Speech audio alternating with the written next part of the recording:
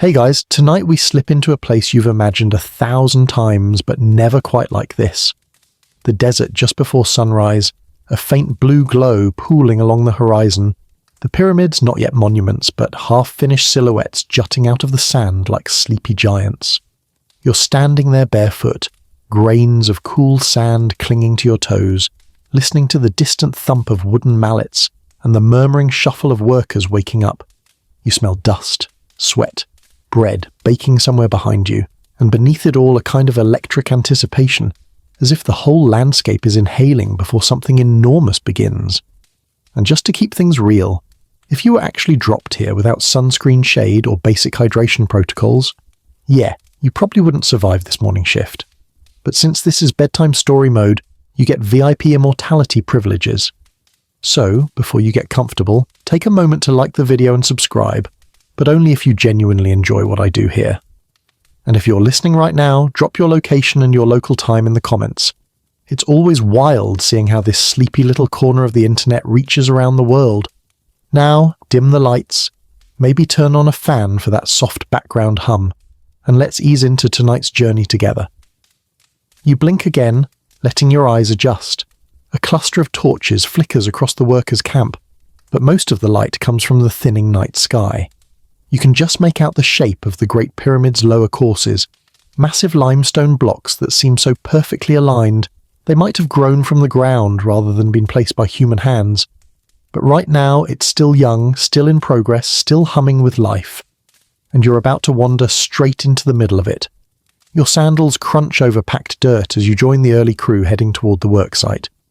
They move with a groggy camaraderie that feels familiar, kind of like that half-awake shuffle toward the office coffee machine, but with a lot more donkeys and significantly fewer spreadsheets. One guy yawns so wide you're convinced he's trying to swallow the moon. Another teases him in a sleepy grumble you can't understand, but the tone is universal. Bro, please. You can't help smirking. Ancient Egypt had workplace banter too. A cool breeze ruffles the linen kilt you suddenly realize you're wearing, and you notice everyone around you tugging loose fabric into place. Linen was the fabric of survival here, woven from flax with a texture smooth enough to keep chafing to a minimum, because nothing ruins a 12-hour stone-hauling shift like aggressive thigh irritation. That's joke one, if you're keeping count. There are 2 more to go. As the sun edges closer, you catch the first mainstream historical fact of the night sliding into place.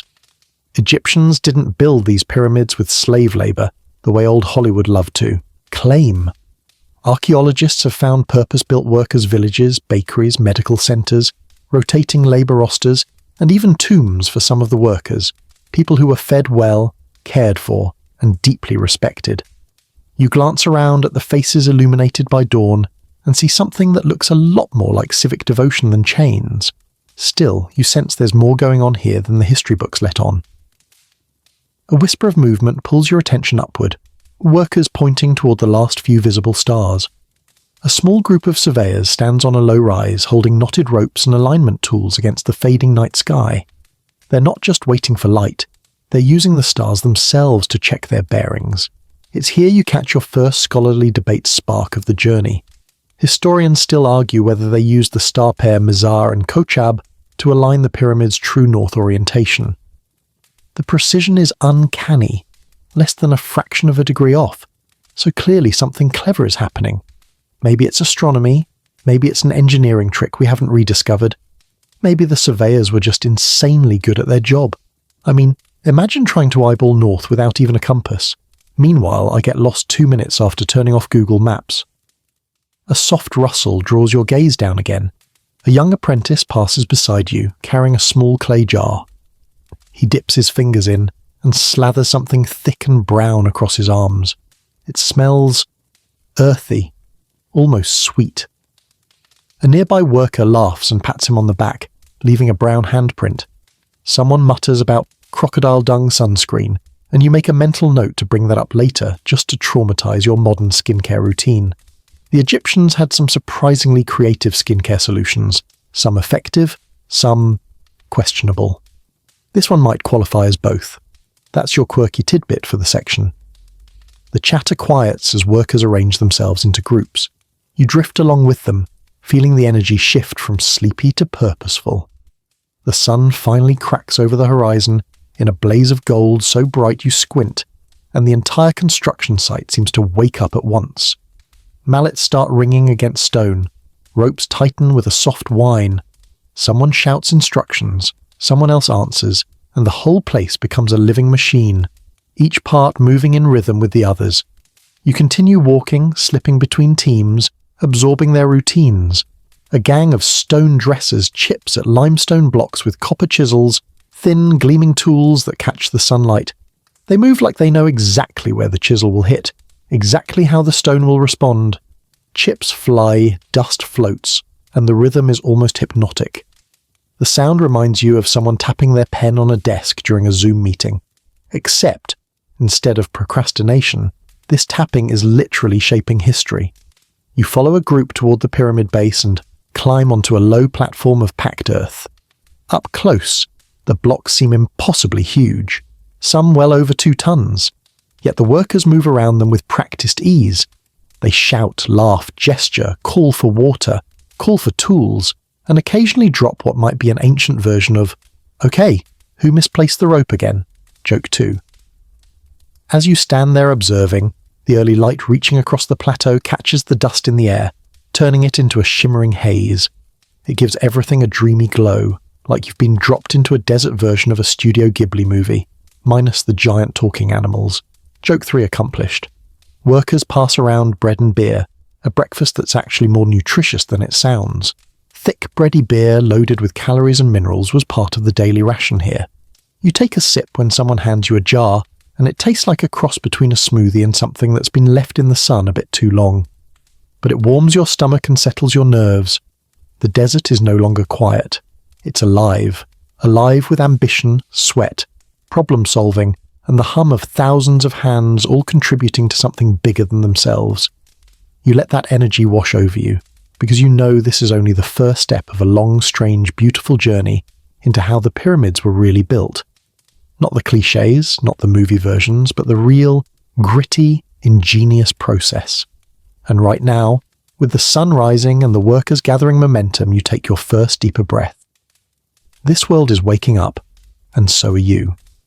You ease forward with the crowd as the first true rays of sunlight spill across the plateau, and something shifts in the air. Not the sleepy camaraderie of Section 1 anymore, but the tightening hum of preparation.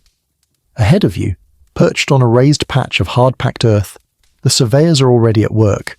You can tell who they are instantly, not because of fancy robes or spiritual swagger, but because they're the only ones holding ropes that look suspiciously like giant cat toys.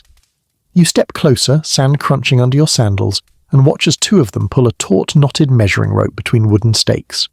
The rope is smoothed and treated with resin, its length carefully calibrated because in this world, an off measurement by even a few fingers could doom the alignment of an entire pyramid.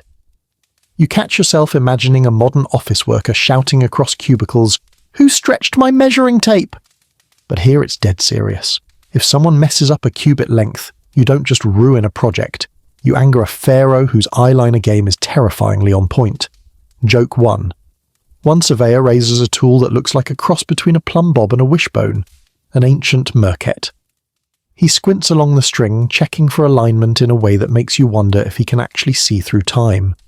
When he's satisfied, he nods to another team, holding a sight line across the foundation trench. The efficiency is striking. No yelling, no frantic waving, no, "Are you sure this is straight?" energy. Just quiet confidence. Your first mainstream historical fact sneaks in naturally. The Egyptians were master surveyors, using tools like the merket and the groma-like bay-like instruments to map straight lines and cardinal directions with astonishing accuracy, down to minutes of arc, despite having 0 metal measuring tape, 0 digital levels, and 0 tolerance for mistakes. Many modern engineers still scratch their heads at how they consistently achieve such precision, which leads you right into tonight's scholarly debate element. Historians still argue whether the Egyptians aligned the pyramids using circumpolar stars, the sun's shadows, or a clever hybrid method no one has fully reconstructed. You stand there watching the surveyors work and think, yeah, maybe the truth is all of the above. Maybe they didn't care about which method was correct. They just cared about what worked. The crew begins stretching more ropes, forming a growing web of geometric order across the chaotic sand. You walk among the stakes, feeling the ropes vibrate slightly from tension, and for a moment it's like you're standing inside the world's oldest laser grid, minus the alarms and high-tech security museum heist vibe. Joke 2. As you move past the survey lines, you see the land itself being prepared. Men dig shallow trenches, carrying baskets of sand away on their shoulders. Others tamp down the earth, creating perfectly level surfaces for the next stages of construction. A few workers sprinkle water over patches of sand, darkening the ground to reveal natural dips and rises. It's such a simple trick. Water makes unevenness visible, but you realize it functions like a low-budget, high-efficiency leveling app.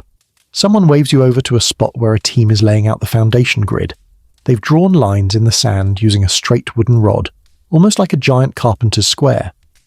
One worker measures each right angle with a rope circle divided into 3, 4, and 5-knot segments, the ancient Egyptian version of the Pythagorean triangle, long before Pythagoras ever showed up to do math branding. You crouch down, marveling that people tend to forget this. Geometry wasn't invented for abstract beauty here. It was invented because if your pyramid isn't square, people notice. A breeze sweeps across the plateau, carrying with it the smell of damp clay and freshly turned earth. You catch sight of a team near the northern edge mixing mud with coarse sand, creating the early layers of what will become the pavement around the pyramid. The mud squishes between their fingers in an oddly satisfying way, like ancient ASMR slime. One worker glances at you, holds up a handful of the goo, and grins as if to say, "You want to try?" You politely decline. This is your bedtime journey, not a spa treatment. Still, you can't help noticing a quirky historical tidbit. The Egyptians sometimes stabilized soil using organic materials, straw, animal dung, and other fragrant additives. You make a mental note not to accidentally step in anything that looks too artisanal. Behind you, the surveyors begin to recheck their angles. They watch the shadow of a gnomon, a tall pole, stretch across the sand as the sun rises higher. The shadow becomes a giant sundial, linking light and geometry. You almost expect someone to whip out a clipboard and start a time-lapse video. The pace quickens. Workers now move in coordinated arcs across the landscape. One team digs, another levels, another marks. And somehow, without radios, whistles, or a Slack channel named Pyramid Updates, everyone knows exactly when and where to be. It's like watching a flock of starlings change direction mid-air, except with more linen and fewer feathers. You step around a row of newly placed stakes and find yourself facing the enormous, half-completed footprint of what will soon be the Great Pyramid's foundation. It stretches out in perfect symmetry, a square you could get lost in. The scale hits you like a sandbag to the shins. This thing is huge. The base alone covers more land than several football fields. You run a hand across the leveled ground and imagine the thousands of measurements that went into making it so impossibly flat. Engineers today still marvel at how the Egyptians achieved a foundation that deviates by mere centimeters across acres of stone. A worker gestures for you to follow him to a nearby tent. Inside, more survey tools rest in the shade, knotted cords, leveling rods, plumb bobs carved from polished stone. You pick up one of the bobs and feel its weight. Dense, smooth, and perfectly balanced. It swings with slow confidence, as if it knows exactly what vertical means. Outside again, the sun climbs higher, warming your shoulders and brightening the sand to a blinding shimmer. You shade your eyes and notice how the entire site now aligns with the day's rhythm. The survey lines have been checked, double-checked, and triple-checked. The ropes form a crisp lattice around the future pyramid, each line humming with mathematical certainty. A foreman claps his hands and a wave of workers moves in to reinforce the boundary lines with wooden frames. Others begin hauling baskets of gravel to fill low spots. You step aside to avoid becoming a speed bump for a group rushing past, and someone jokes that you walk like a scribe who's never had to lift anything heavier than a feather pen. Joke 3. Slowly, almost imperceptibly, the chaotic desert becomes a construction site. The stakes become corners, the ropes become edges, the lines drawn in sand become the invisible bones of a structure that will outlast empires. You stand at the southern boundary, watching the surveyors pack up their tools. Their work today is nearly done, but the precision they've laid out will dictate every future block, ramp, and corridor. Without their ropes and stars and quiet calculations, this pyramid would never rise. You inhale deeply. The noise of the workers fades. All you hear now is the whisper of wind across measured earth. The desert is awakening, and you are learning how to read its geometry. You follow the flow of workers as they peel away from the survey grid, heading toward the low, sun-baked hills that flank the plateau. The chatter shifts as the landscape changes, less playful, more focused, like everyone is mentally bracing for the next phase. You catch the smell before you hear the sounds, that mineral tang of freshly split rock drifting on the warm breeze. Then the air fills with percussive rhythm, tap, tap, tap, thud, scrape, echoing down from the quarries. It's not chaotic noise, it's almost melodic, a stone and copper percussion track the ancient world never bothered to copyright. The path rises, and soon you see the first cuts in the limestone cliffs. They aren't rough gashes the way movies portray them. They're neat, sloped terraces carved step by step, as if the workers decided the mountain needed its own pyramid-inspired haircut. Sunlight glitters across exposed limestone, revealing a spectrum of whites and soft yellows, like someone airbrushed the whole quarry to look extra photogenic for your bedtime journey. As you step inside, the temperature shifts instantly. Cooler, calmer, a relief from the blazing sun. You inhale, and it smells like dust, earth, and the faint sweetness of crushed plants workers chew to keep their mouths from drying out. A foreman waves you closer, handing you a worn copper chisel that feels warm and alive in your hand. It's lighter than you expected, but the edge, sharpened with whetstones every few hours, gives off a metallic shimmer. Copper isn't the superhero metal you'd choose for smashing rock, but here comes your first mainstream historical fact of the section. For limestone, copper tools were perfect. The rock is soft enough that you don't need iron, and copper chisels could hold their edge as long as there was a steady supply of time, patience, and workers willing to sharpen them constantly. Your guide demonstrates how it works. One person holds the chisel, another swings a mallet with controlled precision. You try mimicking the stance, raising your arm to strike, but the foreman laughs and gently repositions you. He adjusts your grip, shifts your shoulder, angles your wrist. You feel like you're being coached through the world's slowest, dustiest boxing match. When you finally bring the mallet down, the sound surprises you. A clean, satisfying thock instead of the bone-rattling clang you expected. Tiny flakes of limestone scatter. You grin. Congratulations, you've done one worker's worth of labour for about half a second. A row of workers nearby chips away at the quarry wall, using a technique that seems almost delicate. They carve narrow trenches around a block's outline, then wedge in wooden pegs. And here comes a quirky fact that feels like it should win some kind of ancient life hack award. They soak the wooden pegs with water, and the swelling wood slowly pushes against the limestone, cracking the block free with a sigh rather than a bang. Watching it happen is strangely soothing, like witnessing nature do the heavy lifting. A team nearby frees a massive block, guiding it down a sand-slicked ramp with ropes so thick they look like anacondas taking a nap. You jump out of the way as it glides past you, surprisingly smooth, surprisingly quiet. Someone mutters something that feels like it translates to, "Careful, scribe feet. You almost became part of the next layer." Joke one of this section delivered gently to your ego. The quarry stretches deeper, revealing workers perched at different heights, each group forming its own little ecosystem. Some carve, others haul, others sharpen chisels over basins of sand and water. You spot one group taking a quick break, passing around clay jars of beer porridge. One worker nods at you and gestures with a ladle, as if to say, "Breakfast number 2? You politely decline.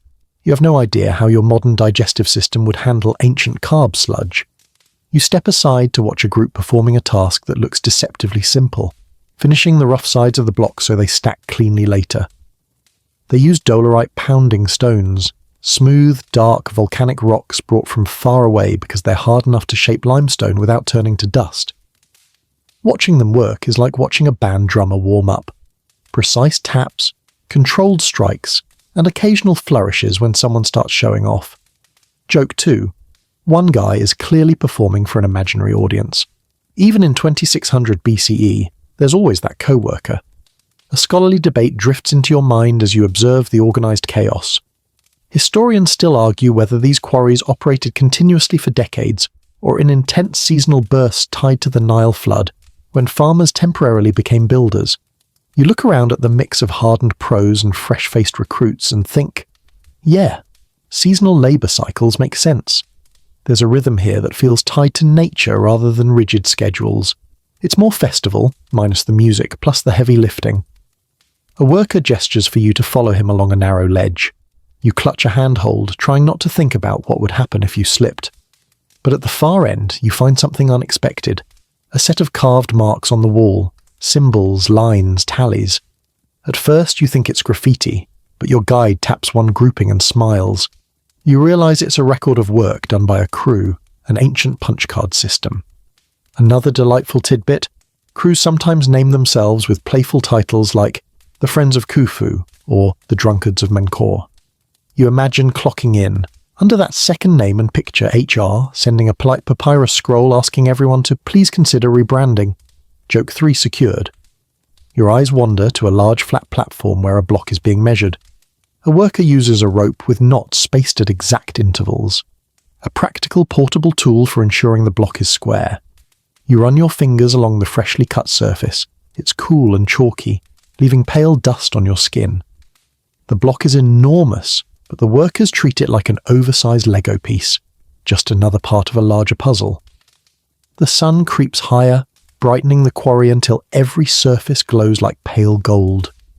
Blocks continue sliding down the ramps as ropes tighten, voices coordinate, dust swirls, and the entire quarry pulses with purpose. You stand in the middle of it all, realizing something important. This isn't brute force. This is choreography. This is precision. This is thousands of tiny, clever decisions stacking together into something impossibly large. You wipe your hands on your linen kilt, suddenly very aware of how much dust has claimed you. But you don't mind. You're part of the quarry now, at least until the next wave of workers hauls these blocks to where the real monument awaits. And with the rhythmic tapping continuing behind you like a heartbeat, you take a long, steady breath. The pyramid journey deepens, and you're sinking into the stone itself. You leave the cool shade of the quarry behind and step back into the blazing daylight, blinking hard as the sun throws molten gold across the plateau. Ahead of you stretches a wide corridor of shifting sand, half hard, half soft, crisscrossed with tracks that look suspiciously like someone dragged a mountain through here yesterday. And honestly, that's not far from the truth. Workers bustling around you begin pointing toward a rising slope of packed earth, wood planks, and crushed stone. This, they tell you with a proud grin, is where the magic happens. Except the magic is mostly mud, sweat, and engineering that would make your high school physics teacher weep tears of joy. As you walk closer, the ramp becomes unmistakable. It rises like a carefully groomed dune, its sides reinforced with wooden stakes and occasional limestone blocks that help stop erosion. No smooth Hollywood ramp spiraling gracefully around the pyramid. This one is rough, ever-evolving, and looks like it's held together by hope, teamwork, and maybe a few curses muttered under breath. But it's brilliant in its own way. A group of workers tugs a sledge hauling a limestone block toward a sloped construction road. You can almost feel the strain through the ropes, muscles tightening, sand shifting, feet planting. But what catches your attention isn't the sledge itself. It's the long row of workers ahead of it, hauling buckets of water and splashing them across the ground like they're watering the world's thirstiest driveway. And here comes your mainstream historical fact of the section. Ancient Egyptian workers used water to wet the sand, dramatically reducing friction and making it far easier to haul multi-ton blocks. A 2014 discovery even found a tomb painting showing exactly this trick. Workers pouring water in front of a sledge. It wasn't ceremonial, it wasn't symbolic. It was engineering genius disguised as yard work. You lean down, scoop up a handful of the damp sand, and let it slide through your fingers. It falls in heavier clumps, clinging together just enough to create resistance without swallowing your feet whole. A foreman grins at you and slaps your back, causing you to inhale a mouthful of dust. He gestures at the wet sand as if to say, "Pretty clever, yeah?" You nod vigorously, coughing only a little, hoping this counts as blending in rather than choking dramatically in front of several dozen highly competent ancient labourers. Ahead, the ramp forks in multiple directions, some leading toward the pyramid, others towards staging areas piled with timber, rope, and giant wooden sledges waiting for their blocks. The paths look chaotic, almost random, but the more you study them, the more you see the logic. Different tasks need different access routes, different angles, different slopes. This isn't a single ramp, it's a network, an evolving web of temporary roads that snake across the plateau, shifting as the pyramid grows. You follow one path upward, your sandals slipping slightly as you climb. The incline isn't brutal, but it's long, and your lungs protest a bit. A worker trudging beside you laughs and taps your shoulder, saying something that sounds suspiciously like, "First day, joke one." You raise your hands in mock surrender. Yep, first day, and second, and third. Time works weird here. At the top of the slope, you find a cluster of workers mixing mud with straw in shallow pits. The mixture squelches under their feet as they stomp it into a thick, sticky paste. They spread this paste over the ramp surface like frosting a massive earthen cake. You dip a toe in out of curiosity and mild poor judgment, and immediately regret it. The mud clings to your foot like it's trying to recruit you into a new lifestyle. A worker laughs, joke two, and hands you a reed scraper to clean it off. You scrape and scrape, wondering whether this counts as exfoliation or punishment. One elder worker notices your curiosity and beckons you closer to a diagram etched into the dirt. It shows a series of ramps, some straight, some zigzagging, some looping around the structure. He points to each in turn, conveying a message that, while silent, is clear. There is no single, correct ramp theory. Different stages require different solutions. And here's your scholarly debate element. Archaeologists still argue whether the pyramids relied primarily on straight ramps, spiraling ramps, internal ramps, or some clever combination. You look from the diagram to the site and realize the truth probably lies in flexibility. The Egyptians weren't religiously committed to one method. They adapted, constantly. A shout pulls your attention to the west side of the ramp, where a sledge is being maneuvered into position. Workers place logs beneath it like rollers, guiding it along with coordinated shoves. But then you notice something odd. Near the top of the ramp lies a long trough filled with thick, sticky clay. Workers coat the runners of the sledges with this grease-like substance. A quirky tidbit, absolutely. While water was the primary friction reducer, some teams experimented with clay mixtures and even animal fat to reduce resistance on rougher surfaces. The smell rising from the trough is, let's call it, aggressively memorable. You climb higher, the pyramid now looming nearby like a vast stepped mountain. You run your hand along the ramp's packed earth wall and feel how warm it's become under the afternoon sun. Workers continue reinforcing sections, adding wooden beams, shoring up trenches, trimming edges. This ramp isn't a static structure. It's alive, growing, eroding, rebuilding, and morphing with every block placed. A small group of younger workers sits under a shade cloth, mending frayed ropes by spinning new fibers together. You watch as they twist, braid, knot, and test each line with practice pulls. One of them offers you a length of rope, and you try, pulling it. It doesn't budge, not even a little. He laughs, joke three, and mimics you straining dramatically, complete with pretend groans. You roll your eyes, but he pats your shoulder as if to say, "You'll get there." A sudden gust of wind sends dust swirling around you in little spirals, and you stand with your feet planted, blinking grit from your eyelashes. The ramp stretches below you like a giant tongue licking the desert floor, ready to swallow any block placed at its base. Workers haul, push, shout, sing, splash water, slap mud, repair ropes, and reroute traffic with the confidence of people who've spent their entire lives building the impossible. You take one more deep breath of hot, dusty air and step aside as another sledge rolls past you, guided by dozens of hands and one colossal system of ancient engineering brilliance. You can almost feel the ramp humming beneath your feet, an artery carrying the lifeblood of the pyramid upward. And as you stand there watching the next block begin its slow, steady ascent, you realize something profound. The ramp isn't just a tool, it's the spine of the entire project, and it's only just begun to reveal its secrets. You make your way down from the ramp network, legs wobbling slightly from the long climb, and drift toward a cluster of workers gathered around a series of wooden sledges. They look almost like oversized toboggans, curved runners, wide platforms, reinforced joints. But they aren't leisurely winter gear. These are the unsung heroes of the pyramid's logistics machine, and tonight you get introduced properly. A foreman waves you over, lifting one eyebrow in a way that clearly means you're helping whether you like it or not.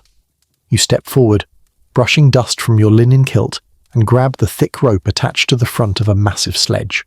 The block sitting on top is easily a few tons, but the workers around you seem unfazed, chatting casually as they line up. One guy elbows the man next to him and says something that sounds suspiciously like, "Hope our new friend doesn't faint today." Joke one for this section. Your dignity takes a small but survivable hit. The foreman shouts a command, and everyone leans forward in unison. At first, the sledge jerks without moving, like a stubborn mule refusing to take the first step. You plant your feet and pull harder. Your shoulders burn. Your grip slips. You're about to reevaluate every life choice you've ever made when a worker splashes a bucket of water right in front of the runners. That's when you feel it. The shift. The sledge glides, smoothly. It's subtle, almost magical, and exactly what ancient Egyptians understood intuitively. Here comes the mainstream historical fact of this section, flowing into place like water itself. Wetting the sand reduces the friction by binding grains together, preventing them from piling up in front of the sledge runners. Experiments in modern Egypt have shown the pulling force needed drops dramatically, sometimes by half. You look down at the glistening sand, now darkened and packed, and marvel at how such a simple trick can change the entire physics of hauling stone. But the Egyptians didn't stop at just water. As the sledge glides forward, you notice workers carrying clay pots. They smear a thick mixture across the runners, a blend of mud, silt, and what might generously be called organic additives. You watch one worker scoop from a pot, sniff it, and grimace so dramatically it should win an award for best performance in ancient construction. Joke 2. You step closer to observe, and the foreman warns you with a look that communicates the universal phrase, "Smell it at your own risk." You politely decline. This clay coating functions like lubrication, and that brings you to your quirky tidbit. Archaeological residue found on ancient sledge runners suggests not just clay, but sometimes animal fat or plant oils were used to make the hauling easier. It wasn't pretty, and it definitely wasn't mint-scented, but in the brutal desert heat, it worked. The procession continues, ropes tightening as the block is dragged across a long, flat corridor of compacted sand. You're in the middle of a perfectly timed dance. The pull team chants in rhythm, matching steps. The water crew races ahead to splash fresh paths. The clay team spreads lubricant in intervals. The foreman watches angles and posture with hawk-like intensity. Not a single movement is wasted. As you keep pace, feeling the burn in your calves, you notice that no one drags the rope haphazardly. Every person grips at a precise height, coordinating lean and foot placement like an ancient CrossFit class. You try mimicking their stance, and a worker behind you taps your elbow to correct your angle. He mutters something friendly sounding, then adds a playful shove when he sees your knees wobble. Joke 3 lands gently on your pride. When the team pauses for breath, you kneel beside one of the sledges. The wood is smooth from years of wear, but reinforced with rawhide bindings. You run your fingers across the grooves, noticing how the runners curve upward just enough to prevent digging in. A worker taps the sledge's base with a small wooden mallet, producing a hollow thud. He explains with gestures that the platform is purposefully lightweight. Heavy duty wasn't the goal, flexibility was. A young apprentice hands you a coil of rope and pantomimes how to wrap it around a block before loading it onto a sledge. The knotting technique is clever. 2 loops, a cross, and a twist that tightens under tension. You try copying it and fail spectacularly, causing the apprentice to double over laughing. He wipes his eyes, redoes your knots, and pats your shoulder sympathetically. It's comforting to know you're contributing, even if mostly as entertainment. You take a moment to observe the path ahead. It's not flat.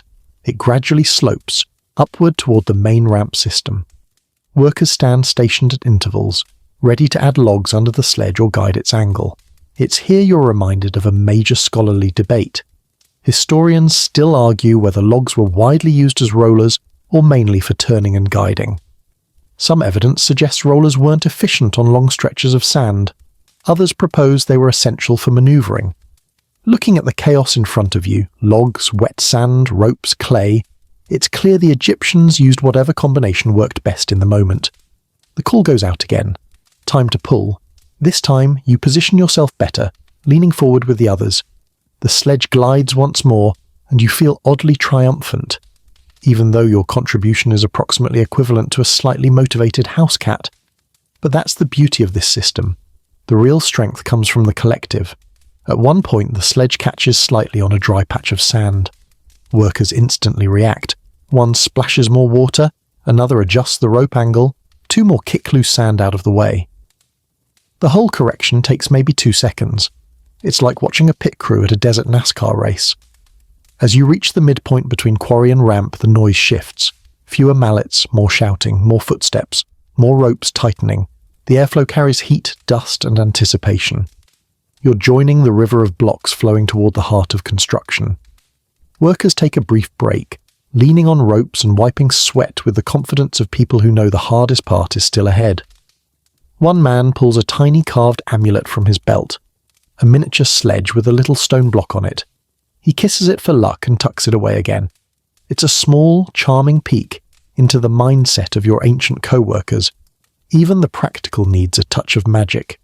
You stand there, catching your breath, feeling the pulse of the site deepen. Sledges groan, ropes tighten, water splashes, sand shifts.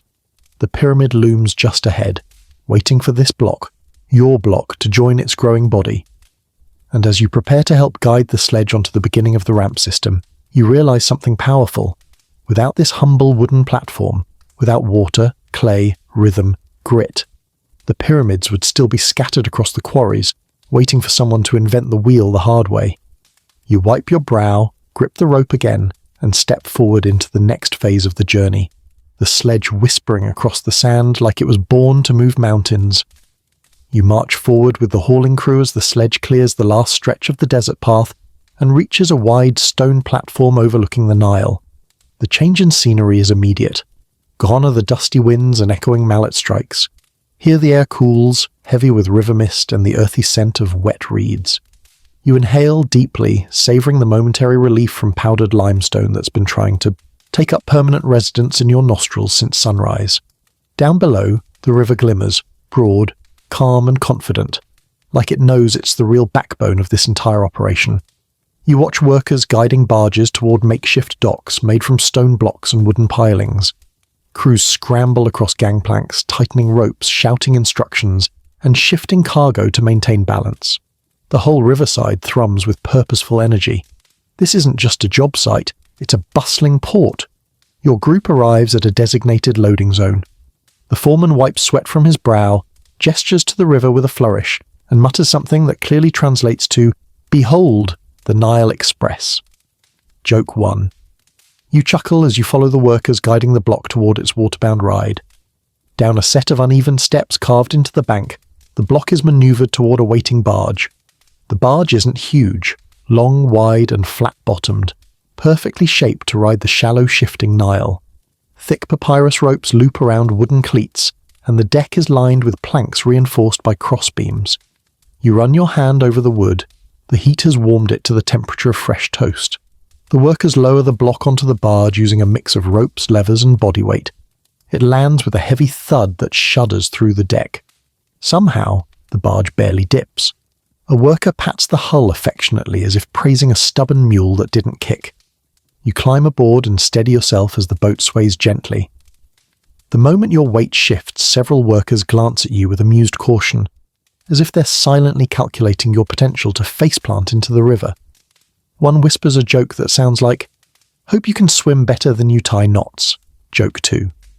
As the last supplies are loaded, bundles of rope, baskets of food, and a jar of what smells suspiciously like fermented fish, the captain steps aboard. He carries himself with the easy confidence of someone who's spent his entire life navigating this waterway. He taps the side of the barge, shouts an order, and the ropes are loosed.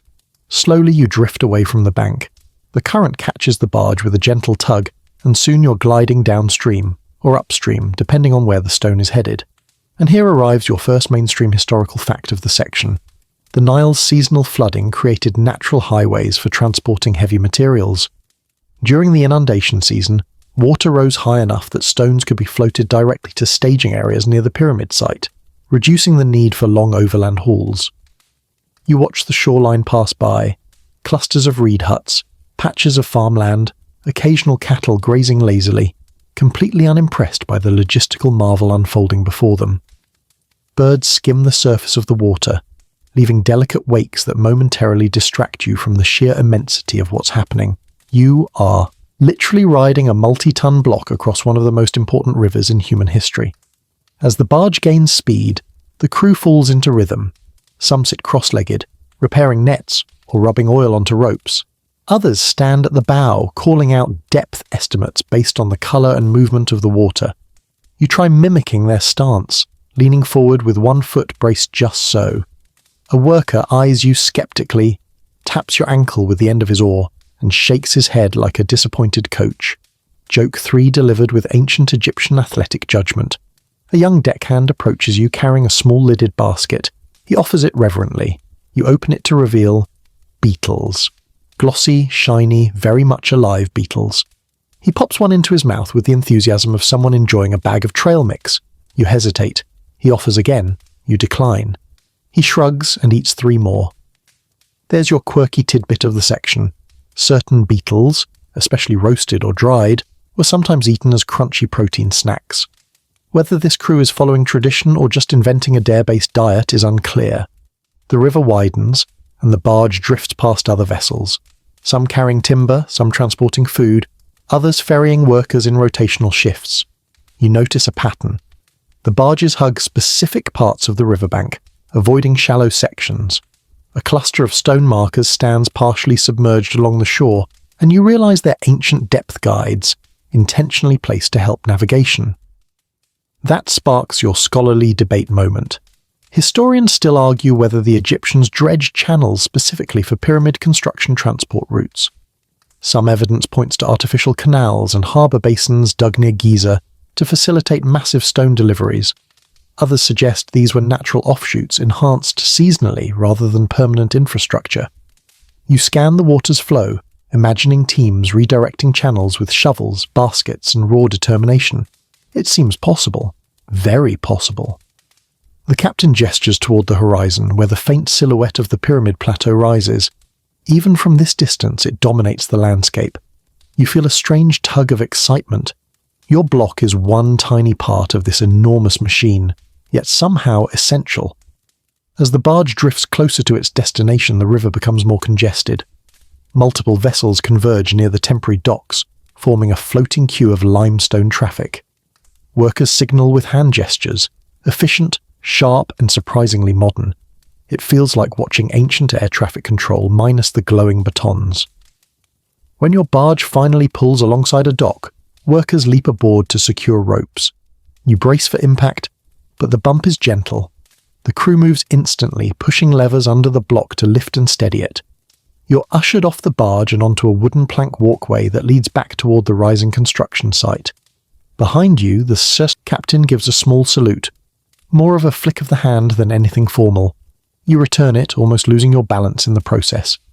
2 workers laugh and catch your elbows before you can offer a surprise performance of Newcomer Falls into Nile, a tragedy. As you climb the bank, you take one last look at the barge being reloaded for another trip. The Nile sparkles, its currents weaving through reeds and reflecting the shimmering sky. You sense the heartbeat of the whole civilization pulsing through this river, carrying grain, cattle, stories, people, and monumental dreams carved in stone. Your feet hit solid ground again. The hum of the construction site grows louder, and you realize the river has done its job, delivering not just blocks but momentum. Now it's your turn to help guide that momentum upward, stone by stone. You crest the riverbank with the hauling crew, and suddenly the entire construction site opens before you again. No longer a distant silhouette rising above a shimmering river, but a living labyrinth of ramps, tools, workers, and stacked blocks humming with coordinated ambition. The block you helped drag, soak, slide, and float across half of ancient Egypt now sits on a wooden cradle at the edge of a dry dock. A dock that looks nothing like the one you picture when you hear the word dock. This one is part harbour, part ramp junction, part logistics hub, and part controlled chaos. Workers swarm around the block immediately, tying ropes, loosening bindings, tilting levers and shouting across the din. You step aside quickly because you can tell from the foreman's expression that standing still here too long means getting drafted into a task so complex you'd be better off pretending to faint. Joke 1 of this section, delivered on your own behalf. The first thing that strikes you is how seamlessly the dock merges with the ramp system. It's not just a landing spot, it's the beating heart where river transport and land hauling fuse into one continuous motion. You can see sledges coming down from the plateau stacked with empty containers, ropes, food baskets, or tools. Those sledges get reloaded instantly and dragged back up. Others arrive fresh off the barges carrying stone blocks. Some docks lead directly into shallow canals, others onto wide ramps, and still others connect to lower terraces carved into the bedrock. It's like the world's oldest shipping hub, but with more linen kilts and fewer forklifts. A worker waves you toward a shaded structure made from reed mats and wooden beams. Inside, you find what might be the closest thing ancient Egypt has to a project management office. Maps etched in clay, wooden models of the pyramid's base, and tallies scratched into limestone tablets marking how many blocks have arrived at each platform. You trace a finger over a rough model of the pyramid base and realize that each terrace has its own access path, some steep, some shallow, some designed for smaller stones, others for the massive foundation blocks. Here's your mainstream historical fact. Archaeological excavations have revealed large, carefully engineered harbour structures near Giza, including man-made basins and channels that likely allowed boats to dock just steps from the building platforms. This wasn't random improvisation. The Egyptians built a full logistical landscape around the pyramids, roads, canals, drying basins and loading ramps, as intricate as the monuments themselves. A supervisor approaches, holding a long wooden pole carved with notches. He taps it against your shoulder, motions for you to follow, and leads you to a high vantage point on a stone ledge just above the dock. From here, the whole system becomes clear. The Nile floods have receded enough that a broad canal feeds directly into the harbour. You see dredged channels, darker, deeper water that guide boats into position. You see workers scooping silt from the sides and piling it into mounds, likely to reinforce embankments later. You see ropes strung overhead like giant spider webs, linking cranes, pulleys, and scaffolding. And you see the pyramid's base rising above it all, broad, stepped, massive, and waiting for your block. A worker hands you a ladle of water. You drink, nearly gulping it all at once. The sun beats down with relentless enthusiasm, and the shade offers only mild relief. But the view distracts you. To your left, a team operates a primitive hoist, a wooden frame with a pivoting arm and counterweights. They use it to rotate a block so it faces the correct orientation before hauling it up the first ramp. To your right, a crew is smoothing a pathway with a mixture of gravel and mud. A group of children, probably errand runners for the workers, dash between teams carrying tools and messages. One child nearly collides with you, giggles and mutters what you assume translates to, "Move, giant stranger." Joke 2. You step closer to the edge to observe the next phase. Workers attach thick ropes to the block you helped deliver. Then, using levers threaded under the block like giant chopsticks, they adjust its angle until it matches the direction of the ramp. Every movement is coordinated by loud calls and echoed responses. The energy is almost musical. Commands, counter-commands, grunts, rope creaks, block shuffles. A scholarly debate spark enters your mind.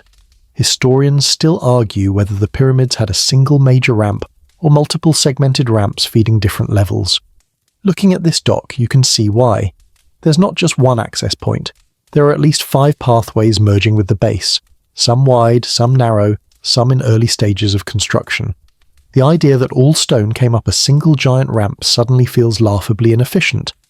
This place is designed for traffic flow. The Egyptians were running a supply chain that would put some modern companies to shame. The block begins its ascent, guided through the dock's organised chaos like a celebrity being ushered through a particularly dusty red carpet event. You walk alongside the team, offering what you hope is helpful encouragement, but is probably just you wheezing in the heat. A worker pats your back sympathetically, handing you a chunk of bread from a basket. You thank him, bite into it, and discover it's dense enough to qualify as a blunt weapon. Joke 3. Still, you chew respectfully. It's sustaining, if not exactly soft.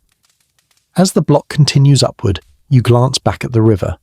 boats arrive in steady intervals, their sails catching the breeze, their hulls gliding with confidence earned from thousands of journeys.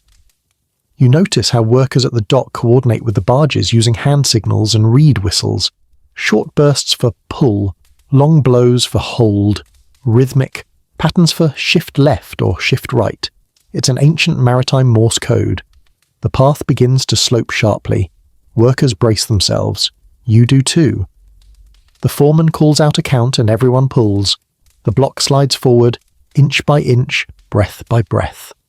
The dock slips behind you, shrinking into the landscape. But you can still hear the river's murmur, the shouts of crews guiding new arrivals, the splashing of paddles, and the laughter of children weaving among them. At the top of the slope, the block is secured. Workers collapse onto crates or sprawl across cool stone surfaces to catch their breath. One man tips a jar of beer toward you, thick and slightly sour, but refreshing in its own ancient way. You drink, feeling strength seep back into your limbs. You turn to face the pyramid again. The base rises before you, massive, precise, and ready. You can almost feel it breathing, waiting, growing, becoming. And now that your block has arrived at the foot of the giant, there's only one direction left to go. Up, always up. You barely have time to finish the last sip of thick, bready beer before the foreman claps his hands and waves you forward again. Break time is a myth here, more illusion than reality, like, I'll just watch one more episode, or this meeting will be short. The pyramid waits for no one, especially not a traveller from the future adopting the posture of someone whose spine is beginning to negotiate its employment contract. You wipe your mouth, stand, and follow the workers deeper into the base of the construction area. Here, the energy is different. Less about raw hauling, more about coordination. You've stepped into the human clockwork that keeps this whole operation running with astonishing precision. Rows of workers move in synchronized waves. Teams rotate in and out like gears meshing in a colossal machine. You spot color-coded marks on their kilts, simple stripes made from dyed linen, and realize they're essentially wearing ancient high-visibility team jerseys. One stripe means you're on sledge duty, 2 stripes for stone dressing, 3 for hauling up the ramps, and 4 for specialty tasks like leveling or setting corner blocks. A young worker taps the stripe on your kilt, completely blank, and raises an eyebrow with a smirk. The message is clear. Ah, the intern. Joke 1. As you walk, you notice the hum of hundreds of voices rising and falling in steady cadence. This isn't chaos, it's orchestration. Each worker knows exactly when their shift begins, when it ends, and where they're supposed to be. But there's no written schedule, no papyrus chart, no time-stamped punch-in tablet. Instead, the rhythm is coordinated through overseers who carry long wooden staffs and wear bits of copper or shell to reflect light, ancient signalling devices. Every so often, one overseer raises his staff and shouts a command. Instantly, a row of haulers swaps out with a fresh team. Another overseer walks down a line, tapping shoulders, redirecting workers like a conductor shifting sections in a symphony. And here comes your mainstream historical fact for this section. Archaeological excavations at Giza revealed entire workers' villages, complete with bakeries, dorm-style barracks, medical facilities and rotational schedules. Workers operated in 3-month tours, and evidence suggests they weren't slaves but well-fed, trained labourers who treated pyramid building as an honour bound up with religious duty and national pride. Many were skilled specialists, others were farmer labourers who joined the workforce during the Nile flood when fields were underwater. You pass the entrance to one such barrack, a long rectangular building made of mud brick shaded by reed mats. A low stone table sits outside where 2 men knead dough with practiced fists. The aroma of baking bread drifts into the hot air, yeasty, warm, comforting. One of the bakers winks and tosses you a small loaf. You catch it, startled, and take a bite. It's dense, gritty, and somehow still good. He holds up another loaf and points at the person next to him, who is eating his with alarming speed.